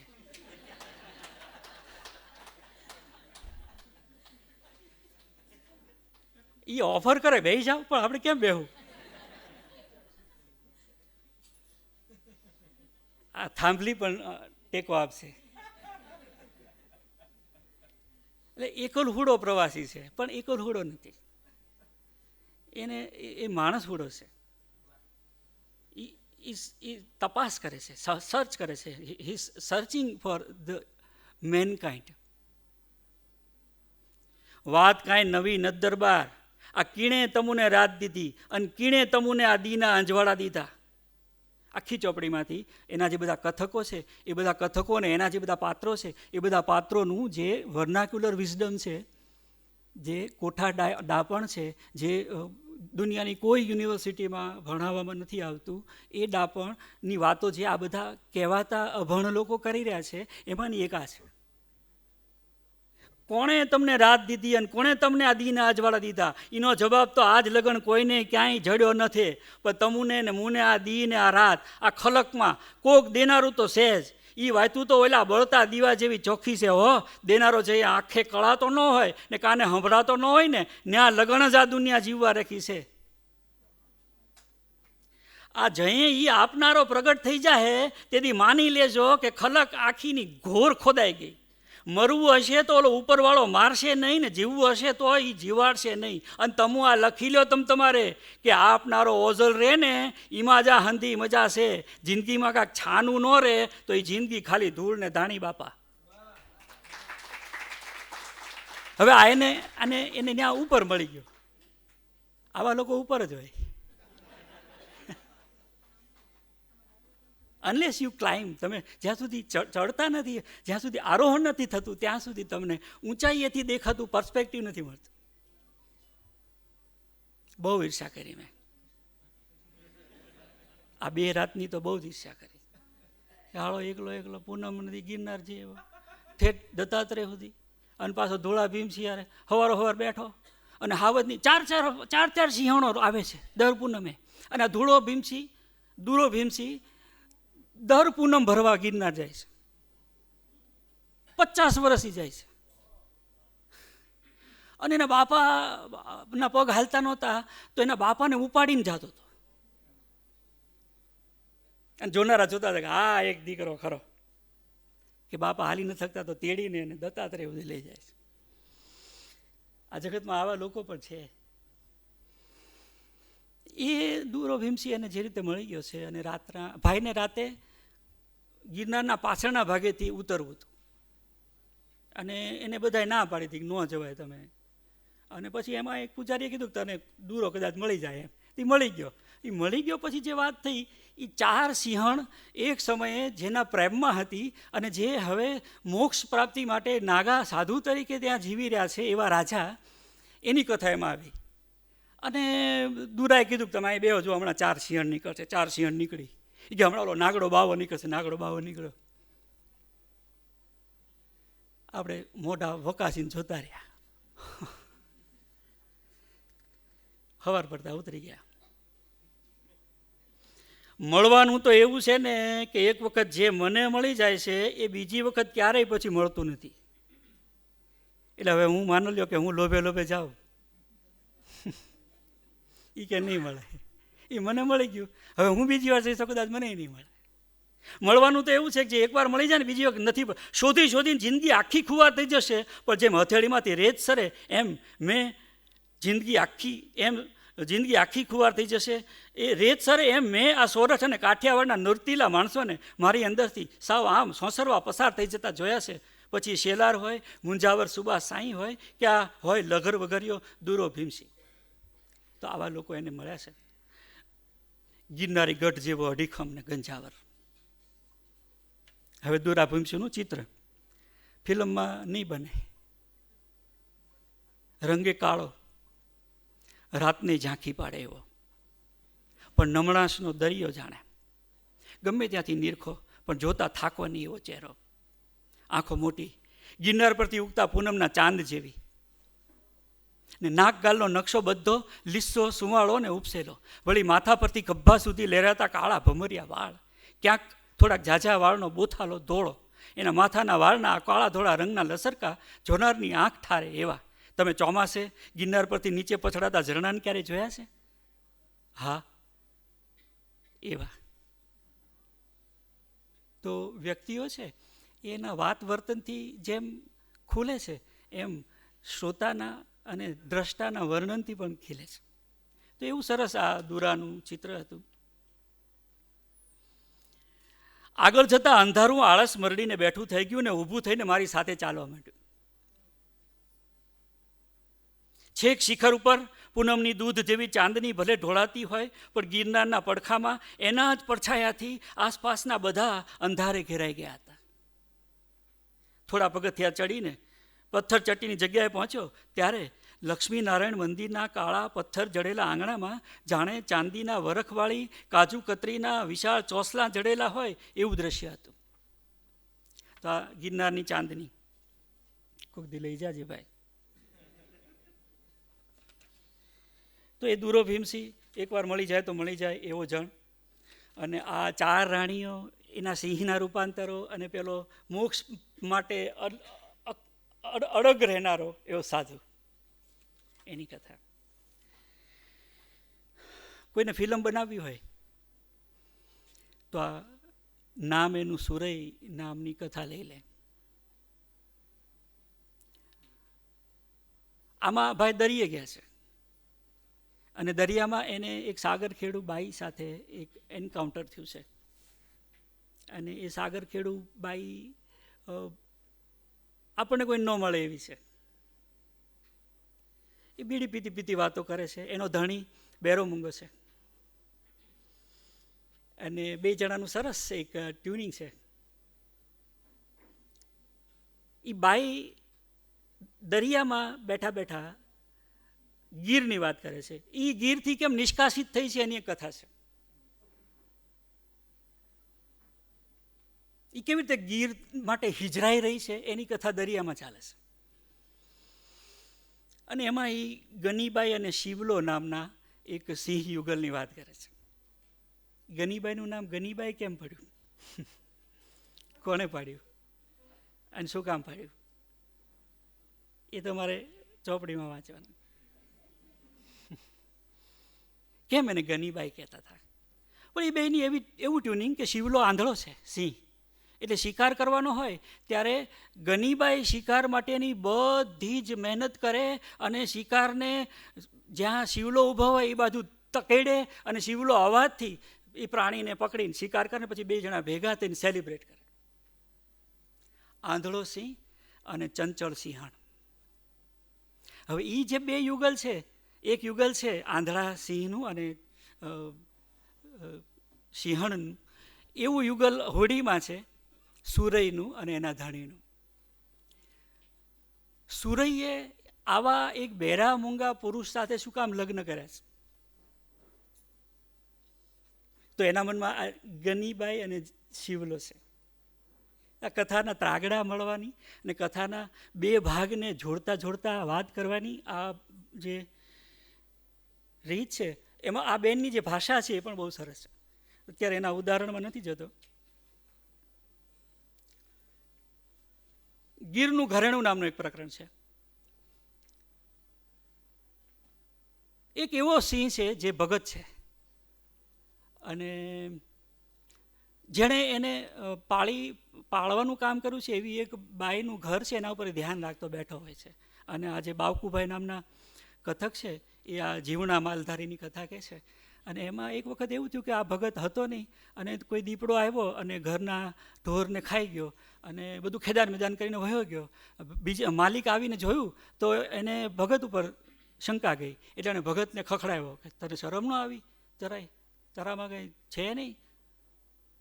પેલા સિંહને એટલું બધું લાગી આવ્યું કે પછી આ લોકોને તો ઉચાળા ભરીને જવાનું થયું. એ લોકો પાછા આવ્યા અને પૂછપરછ કરી કે ભગત ક્યાં? તો કે તમે તો વઢ્યા હતા ને. પછી એને બહુ દુઃખ લાગ્યું, ખાધા પીધા વગરનો બેઠો રહ્યો.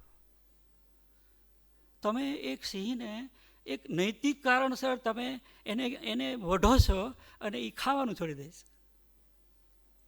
માયનામાં ન આવે. પણ માનવું પડે એવી આ હકીકત છે. એમણે મેઘાણીભાઈને એક પત્ર લખ્યો છે. છેલ્લો એ જાણે કે આ આખી મુસાફરીનો એક ધજા ફરકાવવાવાળો એક મામલો છે. તે ઝવેરચંદ મેઘાણીને લખેલો પત્ર છે. કેવી રીતે એક અનુજ વારસદાર છે એ પોતાના પૂર્વજ વારસદારના ભ્રમણને અને એની સાથે પોતાના ભ્રમણનો તાળો મેળવતા મેળવતા ગીર નામનું એક જે અસ્તિત્વ છે એ માત્ર સિંહો જોવાની જગ્યા છે કે એના સિવાયનું બીજું શું ઘણું બધું છે. એના સ્થાપત્ય વિશેના, શિલ્પ વિશેના, એના ઇતિહાસ વિશેના, એના દંતકથાઓ વિશેના, એના લોક સાહિત્યના અભ્યાસ વિશેના જે વિચારો છે એ બધા વિચારો મેઘાણીને લખેલા પત્રમાં એણે મૂક્યા છે. પોતે પણ 28 ઓગસ્ટે જન્મ્યા છે. મેઘાણીના જન્મદિવસે પોતે જન્મ્યા છે અને પોતાને ખબર છે કે મેઘાણીના જન્મદિવસે જન્મ્યા હોય એટલે કાંઈ મેઘાણી ન થઈ જવાય. પણ મેઘાણી જેવા કામ કરી શકાય. એણે જે આ કામ કર્યું છે એ કામ લોક સાહિત્યના દસ્તાવેજનું નથી, બલકે એ લોક સંસ્કૃતિ અને વન જીવનની સાથે જોડાયેલા મનુષ્ય જીવનના દસ્તાવેજનું કામ એણે કર્યું છે. એ રીતે હું આ ચોપડીને એક અગત્યની ચોપડી ગણું છું. બીજી ઘણી વાતો છે, પણ મને એમ છે કે મેં આ જે ફ્લેવર હતી આ ચોપડીની એ કેવી રીતે એડિટ કરે છે. હવે એણે આ બધું સાંભળ્યું તે શબ્દશ આ જ હતું કે બીજું હતું એ તો એ જ જાણે.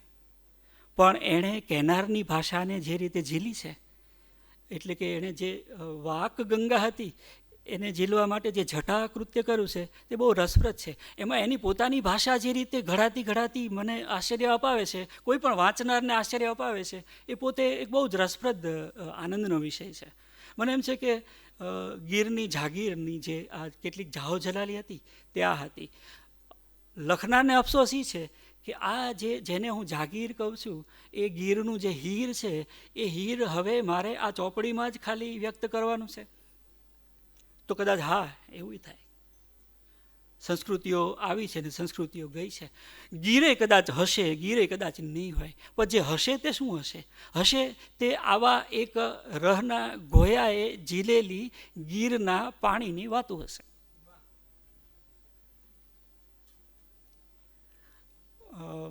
આ ચોપડી વિશે બોલવાનું મને નિમંત્રણ આપ્યું એ માટે નવજીવનનો ખૂબ ખૂબ આભાર. નવજીવનના લેખક મંડળ વતી પણ હું એને આવકારું. On behalf of Navjivan writers,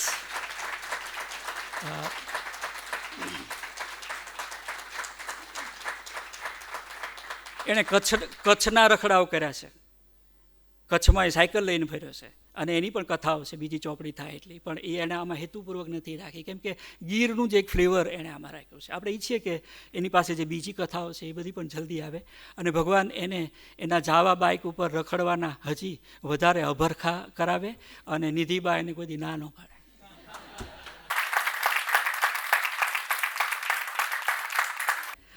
પણ ચલો, દરેક આપણા બધાની અંદર એક આવો એક રખડું મુસાફર છે. એ છેક ગિરનાર સુધી જાય કે ન જાય, એ છેક ગંગા સુધી જાય કે ન જાય, પણ he is very much there. આપણને બધાને આની કથામાં એટલે રસ પડે છે કે આપણી અંદર પણ એવો એક રખડું બાપુ છે. તો દરબાર આટલી વાત હતી.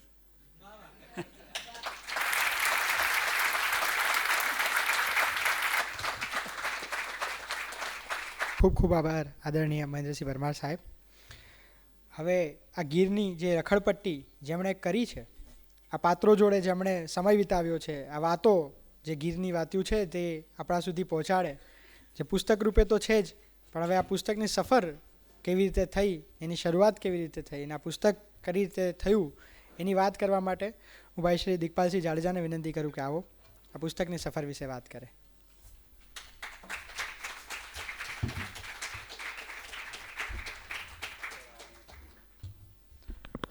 આપ સૌને મારા પ્રણામ.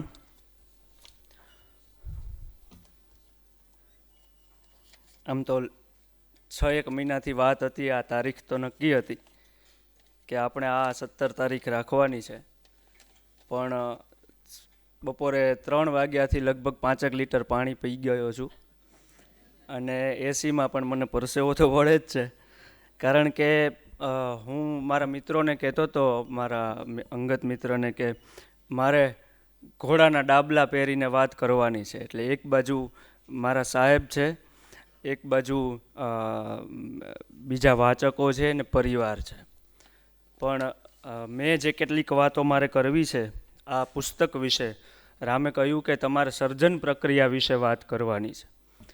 એટલે હું ઈચ્છતો હતો કે સર્જન પ્રક્રિયામાં હું એક નથી, તો એવા પણ કેટલાક પાત્રો, જીવતા પાત્રો છે કે એ પાત્રો પણ અહીંયા હાજર હોય.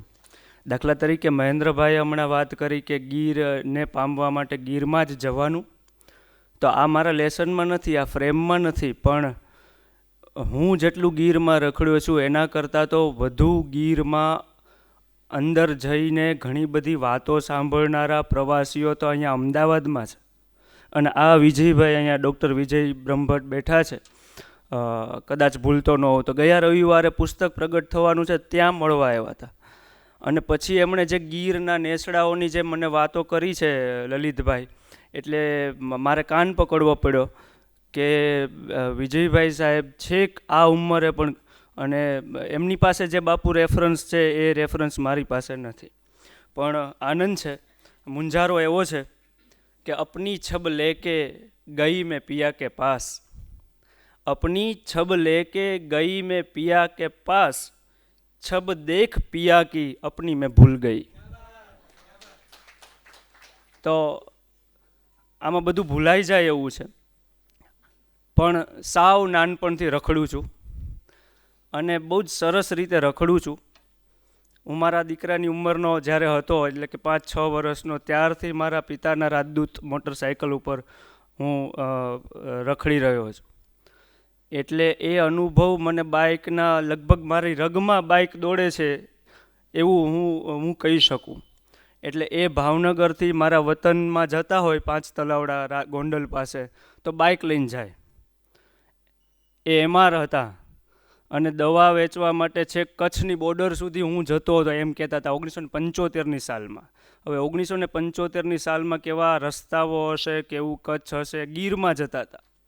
તો એમની સાથે હું થતો હતો અને ક્યારેક ખાતરની થેલી લઈને જતા હોય, પાછળ રાજદૂતની સીટ ઉપર ખાતરની યુરિયા ખાતરની થેલી મૂકી હોય, તો હું એ થેલી ઉપર પણ બેસીને મારા ગામ સુધી 150 કિલોમીટર આ ઉંમરે ગયો છું. ત્યારથી મને લગભગ થાક નથી લાગ્યો. બહુ જ બધી રીતે રખડો જ કર્યો છે. જે જાવા બાઇક અહીંયા આ વાતોમાં તમે સાંભળવાના છો, જોવાના છો, એ જાવા બાઇક હવે મને પોતાને એક કેરેક્ટર લાગે છે. એટલે કેટલીક વખત મને એવું લાગ્યું છે કે એ ન આવે તો મને નથી ગમતું વાતમાં પણ, એ મારી મર્યાદા પણ હોઈ શકે. તો એને મેં એક જીવ તરીકે જોયું છે. આજે 17 તારીખ છે અને બરાબર 17 તારીખ 2021માં પણ 17 તારીખે એક ઘટના ગુજરાત ઉપર બની હતી અને બહુ મોટું વાવાઝોડું આવ્યું. 17-18 જ તારીખ હતી 2021ની તાવતે, તમને ખબર છે. અને જો એ વાવાઝોડું આવ્યું, એણે જે નુકસાન કર્યું એ તમે વિષ્ણુ ભાલિયાને પૂછો તો ખબર પડે. એટલે ગીર ન હોત તો એ વાવાઝોડાએ કેવા પ્રકારનું નુકસાન કર્યું હોત એનો અંદાજ તમને ફોરેસ્ટ અધિકારીઓ કહી શકે છે. તો આજે એક 17 તારીખ છે. બીજી એક 17 તારીખ 1984માં એક 17 તારીખ એવી આવી કે 1984માં એ 17મી એપ્રિલે, એક મહિનો પહેલાં, રમેશ પારેખે એક કવિતા કરી જ્યારે હું 4 વર્ષનો હતો. તો એ રમેશ પારેખે જે કવિતા કરી એ કવિતા મારે તમારી પાસે મૂકવી છે અને એ કવિતા મૂકીને મારે એવું કહેવું છે કે મેં ગીરને, એક પ્રદેશને આ રીતે જોયો છે. એટલે ગીર માત્ર જંગલ નથી, ગીર એક સ્વભાવ છે. જેવી રીતે કચ્છ એક સ્વભાવ છે. ગુજરાત આશ્ચર્યો જ રહ્યા છે મને સતત આ રાજ્યમાં. એ એવું આશ્ચર્ય એક રહ્યું છે કે આટલો મોટો દરિયા કિનારો છે, લગભગ હવે તો 2200 કિલોમીટર જેટલો લાંબો, આટલું બધું સી ફૂડ અહીંયા ઉપલબ્ધ છે અને છતાંય ગુજરાતમાં સૌથી વધુ શાકાહારી માણસો રહે છે. આ દુનિયામાં બહુ દુર્લભ ઘટના છે આખી દુનિયામાં કે આટલું બધું નોનવેજ જો ઉપલબ્ધ હોય છતાં પણ લોકો શાકાહાર કરી રહ્યા છે. એનું એક જ કારણ છે, આપણે ધર્મ ત્રિકોણની વચ્ચે રહીએ છીએ. એટલે ગીર ક્યાંથી શરૂ થાય, એની સરહદો, એટલે ગીર એટલે માત્ર આરક્ષિત જંગલ અહીંયા નથી એવું જોશો પણ નહીં. છેક ભાવનગરના ભંડારિયાથી શરૂ કરીને આમ જાફરાબાદ, આમ લીલી નાઘેર, કુકસવાડા, ઘેડ સુધી પણ ગીર છે, જુનાગઢ સુધી પણ ગીર છે, અમારે ગોંડલ સુધી પણ ગીરના સ્વભાવના લોકો રહ્યા છે. એટલે કાઠિયાવાડને કાઠિયાવાડ બનાવવામાં ગીરનો એક બહુ જ મોટી જવાબદારી રહી છે અને ગીરપણું મેં અનુભવ્યું છે. તો સતત રખડો, એટલે બાઇક સિવાય કોઈ બીજું વાહન ગમતું જ નથી. બસમાં મને માણસો કડવા દોડે એટલે મને એમ થાય કે જ્યાં જવું હોય ત્યાં આપણે બાઇક લઈને જવાનું, ઊભું રહેવું હોય ત્યાં રહી શકાય, આપણું પોતાનું વાહન ખરું. એટલે ઇન્ટિરિયર પણ જાઓ. મારો ભાઈ અહીંયા બેઠો છે, એટલે સાહેબે જે અપૂર્વ અને 5 પાંખડીવાળા ફૂલની કથા કહીને, મારે એવું કહેવું જોઈએ કે હું તો માત્ર લહ્યો હતો. ગુજરાત વિશ્વકોશ ટ્રસ્ટની એક સ્પર્ધા 2012-13માં કોઈ કિશોર કથાની આવી હતી અને મારી પાસે ત્યારે કામ નહોતું, એટલે પૈસા નહોતા આવતા. તો એનું ઇનામની રકમ 50,000 રૂપિયા હતી. એટલે મને એવું થયું કે આ જો આમાં કંઈક થાય અને 50,000 શબ્દોની મર્યાદામાં, એટલે હું લેપટોપ ઉપર જોતો જાઉં કે કેટલા થયા છે. પછી એ કથા મેં જુદા જુદા આપણા વિવેચકોને, પ્રબુદ્ધ વાચકોને મોકલી, ટોપીવાળા સાહેબને મોકલી. તો ટોપીવાળા સાહેબને પણ ગમી હતી. બિંદુબેને મને એવું કહ્યું કે આ કથાને હમણાં તું સાચવી રાખે ને પાકવા દે અને તું વારંવાર વાંચ. પછી અચાનક રખડતા પ્રવાસ કરતા ગયા મિત્રો સાથે, ક્યારેક એકલા, તો એમાંથી આ વાત આવી. વાત તો રમેશ પારેખની મારે તમારી પાસે મૂકવાની છે. રમેશ પારેખે એક કવિતા કરી છે કે ગીર દર્શન કરનારાઓ. એટલે આપણે ગીર દર્શન કરવા જઈએ અત્યારે બહુ ટ્રાફિક છે, એટલો બધો ટ્રાફિક છે કે ત્યાં ટ્રાફિકવાળા મૂકવા પડે એવું છે છેક ધારીથી.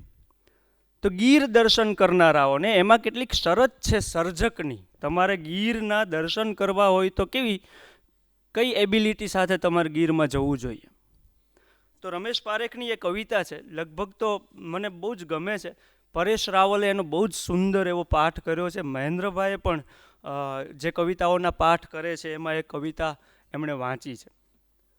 રમેશ પારેખે 1984માં જે કહી દીધું છે એ મેં જુદી રીતે ગદ્ય દેહે વાત કરવા ધારી છે. ત્યાં નમાલી આંખે જંગલ જોવા નીસરા છો, ખાદીના વાઘા પહેરીને. એ વખતે નમાલી આંખે જંગલ જોવા નીસરા છો, ખાદીના વાઘા પહેરીને. પહેલાં તો તમારી કહેવાતી માણસાઈ સંકેલીને થેલામાં મૂકી દેવી પડે ને થેલાને જંગલની પ્રવેશ ચોકીએ છોડી દેવા પડે. આ શરત છે બાપુ. આગળ ચાલતા નિર્વીર્ય આંખોમાં જંગલી ફૂલો ઉગાડવા પડે. ખળખળતા ઝરણામાં મન ધોઈ કાઢવું પડે. ખળખળતા ઝરણામાં મન ધોઈ કાઢવું પડે ને કાનમાંથી માણસુડા મશીનોનો ઘરઘરાટ ખોતરી નાખવો પડે. જંગલને જંગલની રીતે જોવું પડે. એટલે 4 દિવસ નાવા ન મળ્યું હોય, ખાવા ન મળ્યું હોય તો અમને અનુભવ છે એમાં એક મજા છે. જંગલને જંગલની રીતે જોવું પડે. હાથ પગ સૂંઘો, એમાં દ્રોહની ગંધ નથી રહી ગઈ ને. હાથ પગ સૂંઘો, એમાં દ્રોહની ગંધ નથી રહી ગઈ ને. પાચનની ગોળીઓ ફેંકી દો, અહીં વૈભવના ઓડકાર ખાવાના હોતા નથી. પ્રવેશ ચોકીએ બધું જ છોડવાનું. એ કઈ પ્રવેશ ચોકી? પાચનની ગોળીઓ ફેંકી દો, અહીં વૈભવના ઓડકાર ખાવાના હોતા નથી. ને સંકલ્પ કરો કે તમને કાળઝાળ ભૂખ લાગી છે તો ભૂખ લાગશે. સંકલ્પ કરો કે તમને કાળઝાળ ભૂખ લાગી છે તો ભૂખ લાગશે. અહીં પથ્થરોને ચાટવાની એ મજા છે, ચાટી જુઓ. કઈ ડુંગરી ઉપર, કઈ ટેકરી ઉપર શિલાજીત ઝરે છે એ હું તમને ન કહું.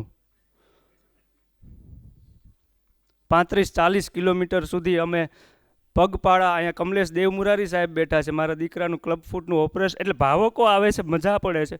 તો મારા ભાઈ ને પણ થોડી પગની તકલીફ, હવે ચાલી ન શકે, પણ એ કહે છે કે જે ગીરમાં આ ઠેકાણે મૂળું માણેક અને જોધા માણકે 1858ની સાલમાં જ્યારે ફરાર હતા, ટોપીવાળા ન જોઈએ અંગ્રેજો, ત્યારે એ જે જગ્યાએ 1.5 મહિનો જેટલા સંતાણ હતા ને એણે પોતાના હાથે જે પાણાઓ ખડકીને ટાંકાઓ તૈયાર કર્યા છે એ જોવા જો આપણે ન જઈએ તો જન્મ ન જન્મ બધું. અને અમે ગયા એ જુદી રીતે, એટલે એ ક્યાં છે શું છે એમ જ નથી પડવું, એની વાતોય મેં ક્યાંય નથી કરી. સંકલ્પ કરો કે તમને કાળઝાળ ભૂખ લાગી છે તો ભૂખ લાગશે. અહીં પથ્થરોને ચાટવાની એ મજા છે, ચાટી જુઓ. ધરતીના દોહદ વિશે જાણો છો? દોહદ ડિક્શનરીમાં એવો મારે કહેવો પડશે. ડિક્શનરીમાં દોહદનો અર્થ એવો છે કે ગર્ભિણી સ્ત્રીઓને થતા ઓરતા. અહીંયા જે ધરતી છે તે ગીર છે, તે કચ્છ છે, તે બનારસ છે, તે પ્રદેશ છે. એટલે કાઠિયાવાડ, મને હાલાર, અજયભાઈ ક્યાં સરહદો પૂરી થાય છે, હાલાર ક્યાંથી શરૂ થયું એ બરાબર. એટલે હાલારનું મારું ગામ છેલ્લું ગામ છે.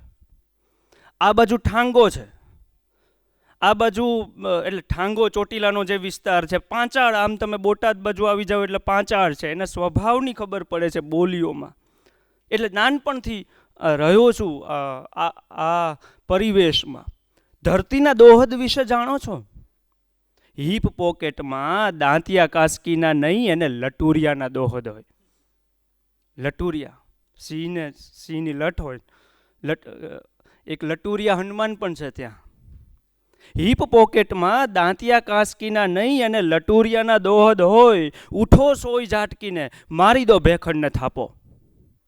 ઉઠો સોય ઝાટકીને મારી દો ભેખડને થાપો. ઊભા રહો ડુંગરીની ટોચે છાતી કાઢીને.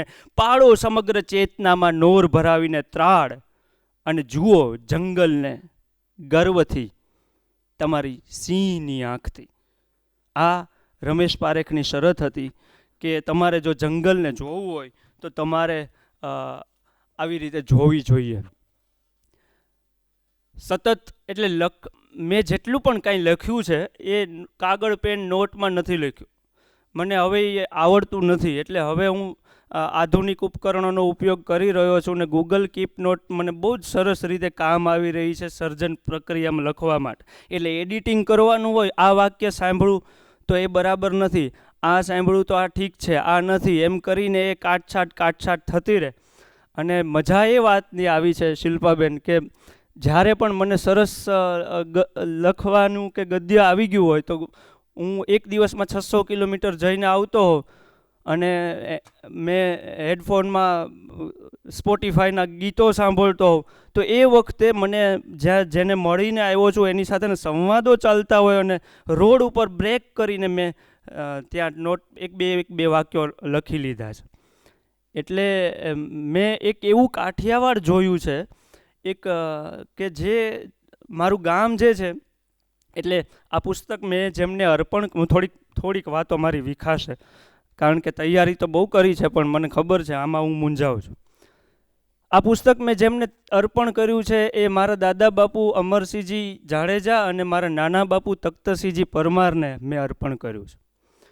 બંને પોતપોતાની રીતે અનુભવોનું બહુ જ મોટું ભાથું રહ્યા છે. દાદા બાપુનું નામ એટલે પોતે એકલા હાથે 300 વીઘા જમીન સાચવતા હતા. હજી અલબત્ત છે 300 વીઘા ભાયુ ભાગ થતાય તે, પણ એ 300 વીઘા જમીનમાં એકલા હાથે કોઈ બીજો ભાઈ નહીં અને સમાંતરે આસપાસના લોકોને જે કંટ્રોલ કરીને, એટલે મેં દેશી રજવાડું પણ જુદી જુદી રીતે જોયું છે, અનુભવ્યું છે, એના સંસ્કારો પણ મેં ઝીલ્યા છે. અને મને સતત એમ થયું છે કે મારા દાદા બાપુ હોત તો એની પાસેથી હજી મને ઘણી બધી વાતો મળી હોત, કારણ કે હું એમના વિશેની લોકમાંથી જે વાતો સાંભળું છું એ વાતોનો મને અફસોસ થાય છે. એટલે 9 જોડી બળદ સાચવતા હતા, 9 જોડી, અને સાથી તો લગભગ 7 થી 8 જેટલા સાથીઓ કામ કરતા હશે. હવે આમ તો સાથી નહીં બોલાય પણ હાથી બોલાય કાઠિયાવાડમાં. તો આ દાખલા તરીકે ગૈર એવો શબ્દ છે તો એ લિપિમાં કેવી રીતે આવશે અને ગૈર બોલવાનું કેવી રીતે, વાચકો વાંચશે કેવી રીતે, એ બધા મૂંઝારાઓ મને રહે. એટલે એક તરફથી બહુ જ દરબારી તીખો સ્વભાવ મને પિતૃપક્ષે મળ્યો છે અને હા એના ઉદાહરણો આપી શકાય પણ એ અહીંયા અસ્થાને છે. બીજો એક સ્વભાવ મને મળ્યો છે સાવ એટલું જ પોલાઇટ એવો માતૃપક્ષનો સ્વભાવ. એટલે નાના બાપુ ને આ બધા, એટલે પુસ્તકો વચ્ચે હું રહ્યો, સાહિત્યકારોને પણ મેં સાંભળ્યા, તો એ બધું મારા કાનમાં ભરાતું ગયું. સાહેબ મને ઘણીવાર એમ કહેતા હોય કે તું કાચા કાનનો છો એમ. એટલે મીન્સ કે કોઈ લયની રીતે હોય તો એમ કે આ તને નથી ખબર જ્યારે નાટક કરાવતા હોય ત્યારે. તો એ કાઠિયાવાડને હું બરાબર ઓળખી શક્યો છું, હાલારને ઓળખી શક્યો છું. હું અને મારો ભાઈ કચ્છના પ્રવાસમાં ગયા હોય તો નક્કી હોય કે આપણે અહીંયા જવાનું છે, પણ રસ્તામાં ચા પીતા હોય અને કોઈ એમ કે ઊભા રહ્યો અહીંયા એક સરસ સ્થળ છે, તો સાયકલ એ તરફ ફંટાઈ જાય. એટલે પછી પાછું ક્યારે આવવાનું એની કાંઈ નક્કી નથી હોતું. તો મજા કરી છે. આભાર મારે એવો માનવો છે નવજીવનનો કે હું તો આરંભે નાસીપાસ થયેલો નવોદિત લેખક રહ્યો છું. એટલે 2002માં મેં એક નિબંધ લખ્યો હતો અને એ નિબંધ અમારા વખતનું કુમાર ગણાતું હતું એવા શબ્દસૃષ્ટિમાં છપાયો હતો. એનો સંતોષ મેં લીધો હતો. એટલે શબ્દસૃષ્ટિ હર્ષદભાઈ ચલાવતા હતા અને હર્ષદભાઈ બહુ સરસ રીતે એ સંપાદન હતું. એટલે એ નિબંધ લખ્યા પછી મને કેટલાક પ્રતિભાવ એવા મળ્યા કે આવી દર્શનની ને મોટી મોટી તું વાતો કરો છો, હજી તો તારી ઉંમર 20-22 વર્ષની છે, આવું બધું કાંઈ હોય નહીં. પછી ગદ્ય સભામાં એ નિબંધ વાંચ્યો તો ગમ્યો અને માય ડિયર એમના મૂળ પ્રમાણે કે સારો છે, વાંચતા રહેજો. તો એ બધું વાંચ્યું. પછી આ કિશોર કથા આવીને પછી નોકરીની જદ્દોજહદમાં આપણે બધું ભૂલી ગયા અને એક વખત હું સરદાર ગયો, મારા ગામ પાસે સરદાર છે, જૂનું ગામ બહુ, અને એ અનુભવ મેં ફેસબુક ઉપર લખ્યો તો કોમેન્ટ્સમાં મને 2 કોમેન્ટ્સ એવી મળે છે કે જેને હું પહેલેથી માનું. એટલે જટ દઈને એ કોઈના વખાણ ન કરે, જટ દઈને કોઈના વિશે લખે નહીં. એમાં એક કોમેન્ટ કરનાર વ્યક્તિ જયંત મેઘાણી, અને જયંત મેઘાણીએ કોમેન્ટ કર્યા પછી પણ મને ફોન કરીને કહ્યું કે ભાઈ અખેરા બહુ એમની ભાષામાં બધું સાચવેલું છે. અને મને એમ, એટલે અહીંયા કવિત બેઠો છે, અમને અનુભવ છે જયંતભાઈનો, એટલે જયંતભાઈ જટ દઈને ખુલે જ નહીં, તમારી સાથે વાતેય ન કરે, અને એ જયંતભાઈ આમ ખુલવા માંડ્યા છે. તો પછી એટલે સારું થજો માર્ક ઝુકરબર્ગનું કે ફેસબુક હતું તો તમે મારો હાથ ઝાલ્યો છે, અને પછી સામયિકના સંપાદકો પણ આ સ્વીકારતા થયા છે. એટલે 4 લેખ અહીંયા આવ્યા ત્યારે મને નવજીવન તરફથી એવું કહેવામાં આવ્યું કે અમને રસ છે. તો હું તો આમ હવામાં જ ઉડતો હતો ઉષાબેન કે ઓહો નવજીવન એમ. એટલે કોઈ મને પૂછે કે બીજા પ્રકાશકોએ પછીથી કહ્યું કે આપણે કરીએ, તો હું એમ કહું કે ના ના નવજીવન કરવાનું છે. તો હું ચાઈને આમાં હવામાં ઉડીને એ રીતે વાત કરતો તો નવજીવનનો ખૂબ ખૂબ મારે આભાર માનવો છે. લાભુદાદાનો આભાર માનવો. એટલે હું જેમ વિજયભાઈની વાત કરું એમ એવી રીતે લાભશંકર પુરોહિતનું ગીર જુદું હતું સાવ. એ તો ગીરમાં રહ્યા છે અને પગપાળા ગીરમાં એ વખતે ફર્યા છે. કેટલાક અનુભવો મને ગીર વિશેના એવા થયા છે કે મેઘાણી માટે સારું હતું ગીરમાં ફરવાનું.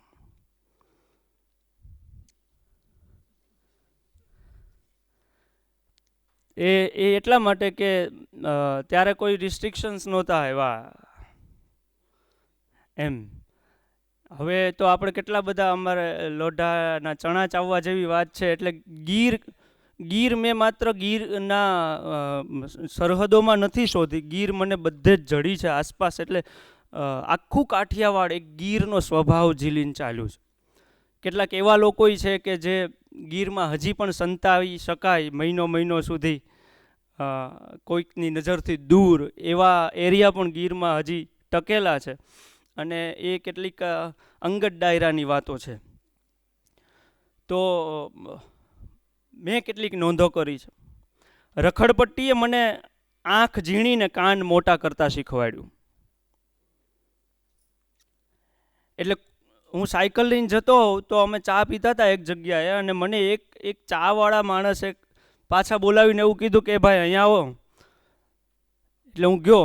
મને કે આલ્યો આ 10 રૂપિયા આશાપુરા માતાએ મૂકી આવજો મારા વતી. અને પછી એણે એવું કહ્યું કે ગમે ત્યાં હાલજો પણ ઉજળે ચીલે હાલજો, એટલું યાદ રાખવાનું. એટલે આ જે વર્નાક્યુલર વિઝડમની વાત જે મહેન્દ્રભાઈએ શબ્દ કર્યો એ મને બરાબર ચોંટી ગયો. એટલે હું કીપ નોટમાં આ પુસ્તકમાં નથી એ સિવાય પણ મને કેવા પ્રકારના ડાપણ જડ્યા છે અને હું લખવા પ્રેરાયો કે આ તો લખવું જ જોઈએ. તો એવી કેટલીક વાતો મારે કરવી છે. લાભુદાદા મને કહેતા હતા ગમે તે થાય, આ લોકો જેવા છે એવી જ વાણીમાં તારે લખવું. કોઈ તને એમ કે અહીંયા સુધારવું ત્યાં સુધારતો નહીં. અને એમણે ગીરની કેટલીક અદ્ભુત વાતો કરી છે, એ પણ મારા લિસ્ટમાં હજી છે. એ કહે છે કે ગીર સાધકોની ભૂમિ છે. લાભુદાદા એવું એક we are the land of seekers એવું તો કહેવાયું છે આખું સૌરાષ્ટ્ર વિશે. સૌથી મોટું આશ્ચર્ય મને ગીરમાં રખડીને આ લોકોએ જે વાત સાવ સાદી વાત કરતા હોય ને આપણને સોંસરવી નીકળી જાય એવું વાક્ય હોય, એવા કેટલાક વાક્યો તમારી પાસે હું મૂકીને કહું કે હું શું કામ આ બધું કરવા.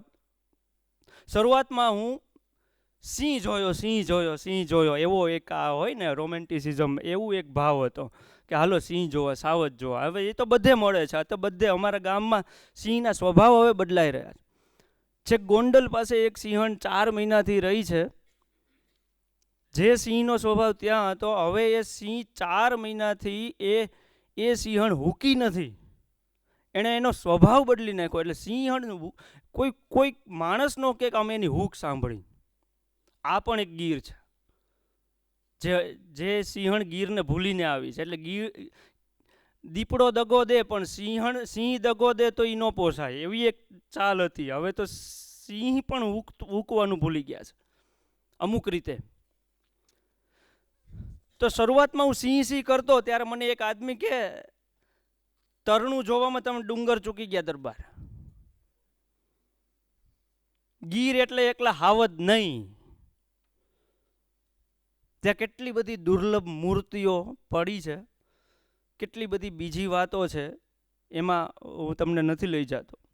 નદીઓ વિશે વાત કરતા હોય, બેઠા બેઠા વાત કરતા હોય કે હમણાં નદી કેવી છે, તો કે તોતળ જીભી નદીઓ છે બધી. તોતળા એટલે જ્યારે આમ પ્રવાહ ફૂલ આવે એના પૂર જોશમાં, ત્યારે તતડ ફફડ ધસકો જે નાદ આવતો હોય ને એ એટલે તોતળ જીભી નદીઓ. મેં તરત ટપકાવી લીધા, આ કામ આવશે. સિંહણ જોઈ હોય તો એને દિલ ડોલાવણ મોરલો જોઈ લો. હવે આ દિલ ડોલાવણ એવો શબ્દ સિંહણ માટે. પ્રેમમાં જનાવર નાય પડાય. સિંહણની લાંક, લાંક એટલે શરીર. સિંહણની લાંક લટિયળ કેળ રેખી નાજુક કાય, લટિયળ કેળ રેખી નાજુક કાય. આ બધું થોડુંક તમારી પાસે હું આચમન રૂપે લઈને આવ્યો છું. સિંહણની ચાલ કેવી, તો કહે છે, શું કહે છે, કેવી ચાલે હાલી આવે છે સિંહણ. એક પગે હાલે ને બીજે પગે હળી કાઢે એવી ત્રોટ ચાલે આવે. આ ઘોડાવાળાને ખબર પડે મહાવીરભાઈ. એક પગે હાલે ને બીજે પગે હળી કાઢે એવી ત્રોટ ચાલ, 50-50 કિલોમીટર હાલી જાય એક રાતમાં. તમે હજી આમ ઊભા હો ત્યાં તો એ ક્યાંય નીકળી ગયું હોય. ઉઠણિયું ને ટસરિયાળી દરિયાઈ કોડી જેવી આંખું. દીકરીનું વર્ણન કરતો હોય, વાત કરતો, મારી દીકરી એવી, તો કે ઉઠણિયું ને ટસરિયાળી દરિયાઈ કોડી જેવી આંખું. આપણે એમ કે કોડા જેવી આંખું છે. હવે દરિયાઈ કોડી અને કોડા એમાં ફરક છે. એક વખત મને અમારે કંઈક આમ સ્વભાવની રીતે થોડોક ઝઘડો થયો એક માણસ હારે મારે. એટલે એ કે મને પોસાય એવું નહોતું ને મેં એની સાથે થોડીક વાદ વિવાદ કર્યા અને એવું બધું કર્યું. તો મને બીજો બેઠો છે એ માણસ કહે છે, હવે વહટી કરી લ્યો ને, બહુ તમારી રી હાલી. હવે આ વહટી શબ્દ વિષ્ટિમાંથી આવેલો. સમાધાન કરી લ્યો ને એમ. મોટા મનની સ્ત્રી હોય તો કેવી મન ગરજાળી બાય, મન ગરજાળી. ફફડી ગઈ છે, બીક લાગી છે, તો કેવું છે, ડીલ તો બીકમાં ને બીકમાં સિંહણ જોઈ ગયા હોય, સિંહ જોઈ ગયા હોય, અથવા તો કાંઈક ભૂત જોઈ ગયા હોય, તો શું કરે છે, કેવી બીક લાગે છે, ડીલ તો બીકમાં ને બીકમાં મોરસના દાણા તડકે ઓગળે ને એમ ઓગળવા માંડે. એટલે મેં કાંઈ કર્યું નથી, મેં તો આમથી આમ રંગો જ પૂર્યા છે. પછી શું કહે છે, એકબીજાને હેત હોય માણસને, તો એની વાત કેવી રીતે કરે, જેમ પાણીમાં લૂણ હમાઈ જાય એમ એકબીજાના દલમાં બે ઓગળી ગયા. પાણીમાં લૂણ, મીઠું. સાવરકુંડલા પાસે એક ફિફાદ ગામ છે અને એની આ બાજુમાં વીડમાં એક રૂડીમાં છે. એમને હું 4 વખત મળ્યો. જ્યારે પણ એમને હું પાય લાગણ કરું ને ત્યારે સાહેબ એ મને આશીર્વાદ આપે અને શું બોલે, અરે મારો ખુદાઈ ખેપ્યો, તારી વાણી ઊભી થાય બાપ. એટલે એનો ભત્રીજો છે એ ઓળખાણ આપે કે માસ્તર આવ્યા છે એમ. એટલે એને ખબર કે લખવું એવું. એની પાસેથી 2-3 વાતો મેં કઢાવીની ટ્રાય કરી હતી પણ આખી નીકળી નહીં. એટલે કે અરે મારો ખુદાઈ ખેપિયા, તારી વાણી ઊભી થાય બાપ. ત્યાં વાણી ઊભી થઈ અને તારા ખોરડે રૂપાના આ ભૂતરે, તારા ખોરડે રૂપાના આ ભૂતરે. હવે આવું તો ડિક્શનરીમાં ને બીજું ક્યાં આપણને જડે. રૂડીમાં એક વખત પોતાના હાથની લબડતી ચામડી, આમ ચામડી લબડી ગઈ, એ ચામડી બતાવીને કે આ જો ખેપિયા લુગડા મેલા થઈ ગયા. હવે એ બદલાવવાનો વારો આવ્યો સાહેબ. હવે આ દર્શન તો આ જો ખેપિયા એ કે લુગડા મેલા થઈ ગયા, હવે એ બદલાવવાનો વારો આવ્યો. ચોમાસું બેઠું હોય દાખલા તરીકે, એટલે જંગલની સરહદોનું ગીર નથી આ. ચોમાસું બેઠું હોય ને ગીર આખી લીલી કાચ થઈ ગઈ હોય. આ લીલી કાચ એ શબ્દ સરસ છે. નદીઓ ને વોંકળા ને ઝરણા દોટું દેવા લાગે તો કે છે હવે વગડા વિયાણા.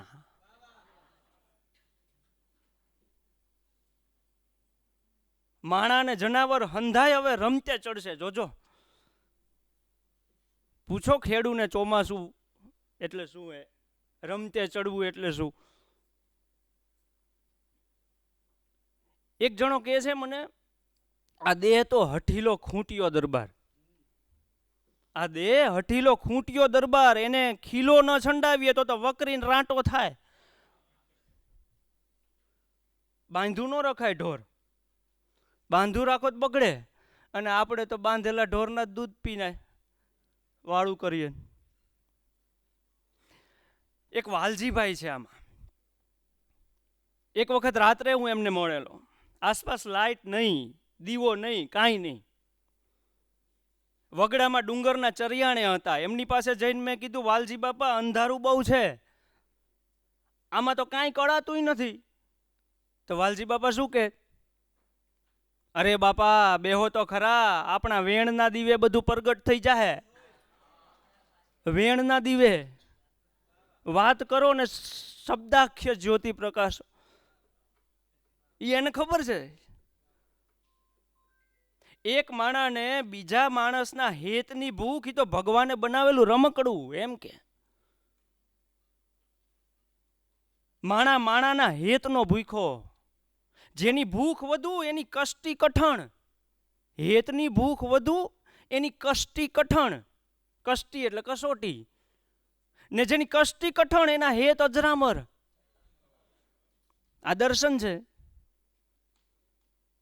એક મેં હમણાં કહ્યું કે એવી વાત હતી કે ગીરમાં એવું કહેતી છે, અને કદાચ હું ભૂલતો ન હોઉં તો અકુપારમાં પણ આ સંદર્ભે એક સંવાદ થયો છે કે દીપડો દગો દે તો એના દુઃખ ન હોય, પણ સાવજ સંતાય તો એના ધોખા થાય. આ ગૈરમાં સાવજ સંતાય છે, ઉકતો નથી 4-4 મહિના સુધી મારા આપણા પાપે.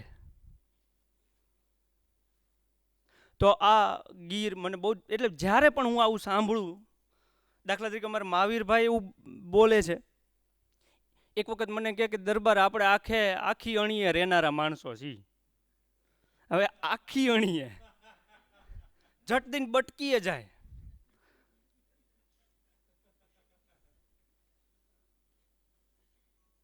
વર્ણન કરે દેશી માણસો તો બહુ જ સરસ કરે. આમ કદરૂપો માણસ હોય ને તો કે હાંડિયાના ગોઠણ જેવું મોઢું.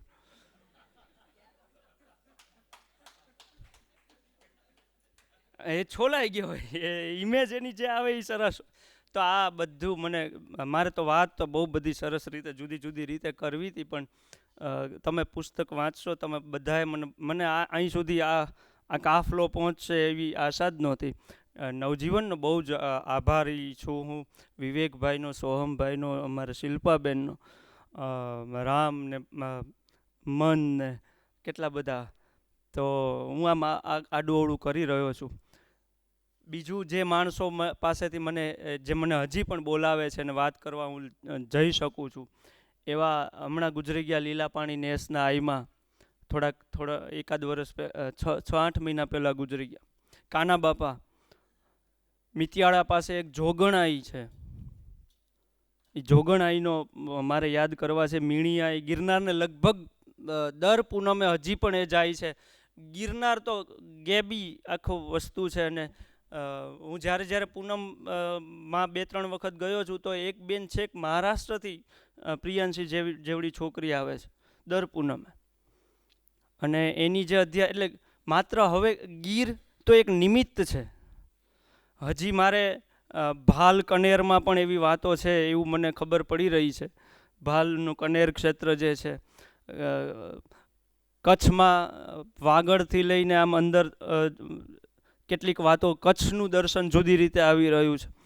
શેલારબેન માંગરોળના સુબાસાઈ જે પછીના લેખોમાં મેં લખ્યા છે.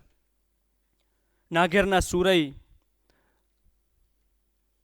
હુસેનભાઈ બલોચ પીપાવાવ પોર્ટમાં એક કન્ટેનરનો ટ્રક ચલાવતો નૂર મોહમ્મદ, એની પાસે ગીરની બહુ બધી વાતો, ખૂબ બધી વાતો ગીરની, એનું આખું, એટલે એ ગીર વિશે એવી વાત કરે ને તો મેં એક વખત એમ પૂછ્યું એને કે તમને કંઈ દુઃખ થાય છે હવે ટ્રક ચલાવવો પડે ને, તમે પહેલાં ઢોર ચરાવતા હતા માલધારી તરીકે, હવે તમે કન્ટેનર ચલાવો છો? તો એ એમ કહેતા હતા મને કે હવે તો માં ઘરઘે ને દીકરા ગોળ ચોખા ખાય એવી વાત છે. એટલે એની જે પીડા હતી એ હું પામી શકતો હતો. રીતસરના રોતા હોય કે હવે આ દાખલા નેખમમાં પણ એ પીડા છે, યોગેશ વૈદ્યના કાવ્યમાં. કેટલીક વાતો જુદી જુદી રીતે સંશોધનની રીતે પણ આવે. દાખલા તરીકે તાલાળા, જે આપણું જે તાલાળા છે વખણાય છે, એ તાલાળા હજી તો 1909માં બન્યું, અને એને વસાવનારો 40 સાતીનો જે આબાદી એણે કરી એ તો ભાવનગરનો મિસ્ત્રી હતો. તો એ બધી વાતો જુદી જુદી આવે. ગીરમાં માણસો પહેલેથી રહેતા આવ્યા છે. માલધારીઓ જે તે વખતે હાકા કરીને સિંહને બોલાવતા હતા અને એના શિકાર થતા હતા અને એવી બધી વાતો હતી. રેવતુભા બાપુનો આભાર મારે માનવો જોઈએ. પલાણ સાહેબ પાસે પણ કેટલીક વાતો ગીરની અંતરિયાળ પડી છે. દશરથ ને દિલીપસિંહ પરમારને બધા, મહેન્દ્રભાઈનો ખૂબ ખૂબ આભાર કે જેમણે મને રખડતા અને તારી પાસે કાન બરાબર નથી એમ કહ્યું એટલે તરત જ આપણી ડગડી ચસકી તો કાન થોડાક સરવા થાય એવા પ્રયત્નો કર્યા. તો એમનો ખૂબ ખૂબ આભાર. એમના આશીર્વાદ સતત રહ્યા છે. મારો પરિવાર આખો આવ્યો છે. મજાની વાત એ છે શિલ્પાબેન કે મારા પત્ની મને પહેલી વાર બોલતા સાંભળી રહ્યા છે 17 વર્ષના લગ્ન જીવન. એટલે હું એને ઘરેથી એમ કહું કે આજે શનિવાર છે તો કદાચ નહીં આવું, કાલ આવું તો આવું, તો પછી બીજી વખત ફોન ન હોય કે હજી કેમ ન થાય એવા. તો એમણે, એટલે આ તો દરબારોમાં લગભગ ચાલ હોય છે કે પતિની બહુ ચિંતા નહીં કરવાની એમ. અને એનો એક લાભ મેં લીધો અને મને મળ્યો. તો મારે નિધિનો પણ આભાર માનવો જોઈએ. મારો ભાઈ મારી સાથે બહુ જ આ ગીરના પ્રવાસોમાં રખડ્યો છે.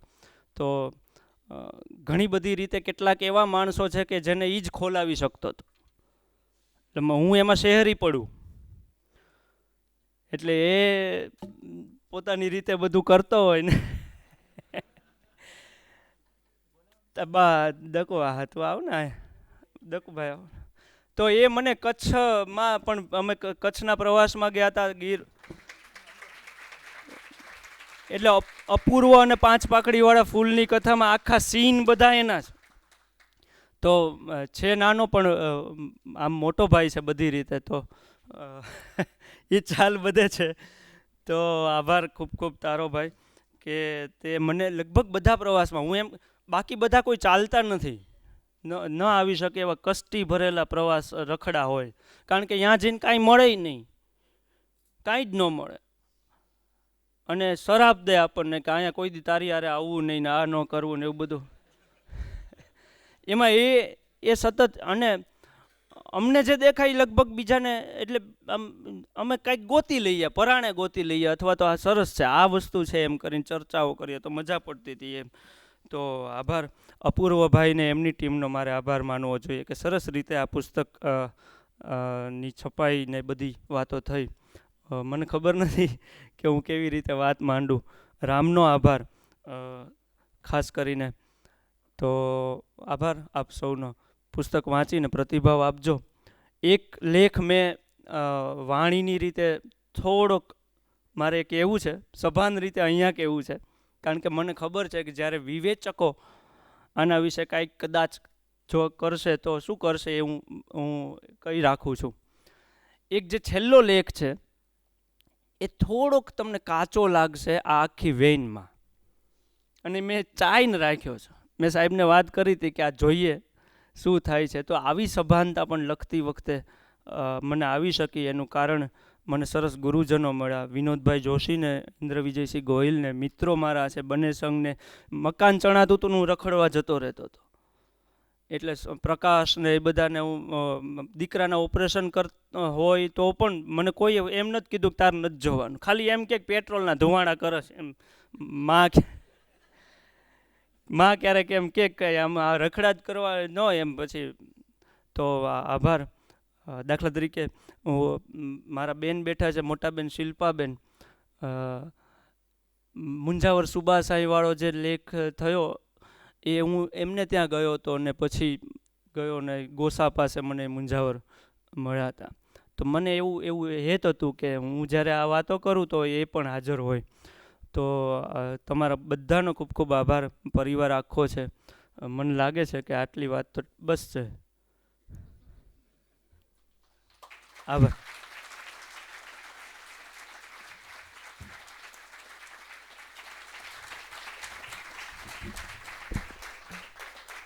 ખૂબ ખૂબ આભાર દિકપાલભાઈ. નવજીવન ટ્રસ્ટના મેનેજિંગ ટ્રસ્ટી વિવેક દેસાઈ, પરામર્શક શિલ્પા દેસાઈ, કપિલ રાવલ, ટ્રસ્ટી સોહમભાઈ, કપિલભાઈ, આ સર્વ તરફથી નવજીવનની આખી ટીમ તરફથી આપ સબનો બંને વક્તાઓનો ખૂબ ખૂબ આભાર માનું છું. આવનારા કાર્યક્રમની થોડી જાહેરાત કે 31 મે 2026 એક એવી પેઢી જે નથી જૂનોદિત નથી નવોદિત એવી એક વચલોદિત કવિઓનો મુશાયરો યોજવા જઈ રહ્યા છીએ. અનંત રાઠોડ, તાહા મંસૂરી, પાર્થ તારપરા, અક્ષય દવે, વનરાજસિંહ સોલંકી, વિરલ દેસાઈ અને લિપિ ઓઝા. અને આ કાર્યક્રમનું સંચાલન અનિલ ચાવડા કરશે. 14 જૂન 2026 અનિલ રેલિયા ગજગામીની ફિલ્મ વિશે વાત કરવા પધારશે. 28 જૂન ધીરુબેન પટેલના 100 વર્ષની ઉજવણીના ભાગરૂપે કંદર્પ દેસાઈ, પારુલ દેસાઈ અને દ્રષ્ટિ પટેલ વાત કરવા માટે પધારશે. આવનારા મહિનાઓમાં દર્શક નાટ્યકોત્સવ, રામમોરી વાત કરવા આવશે, લોકગીતોમાં રામાયણ ને લોકગીતોની વાતો કરશે. આવા અનેક કાર્યક્રમો થતા રહેશે. નવજીવનની કમ્યુનિટીમાં જોડાવા માટે QR કોડ લગાવ્યો છે, તમે એ સ્કેન કરીને જોડાઈ શકો છો. ખાસ આજે આ પુસ્તક ડિસ્કાઉન્ટ સાથે 145 રૂપિયામાં મારી ડાબી તરફ હેરી પોટર ગલી છે, ત્યાં હૃદયકુંજ ઉપસ્થિત છે. તો એ હૃદયકુંજમાંથી તમે આ પુસ્તક ખરીદી શકો છો. તો મળીએ છીએ. શુભરાત્રિ.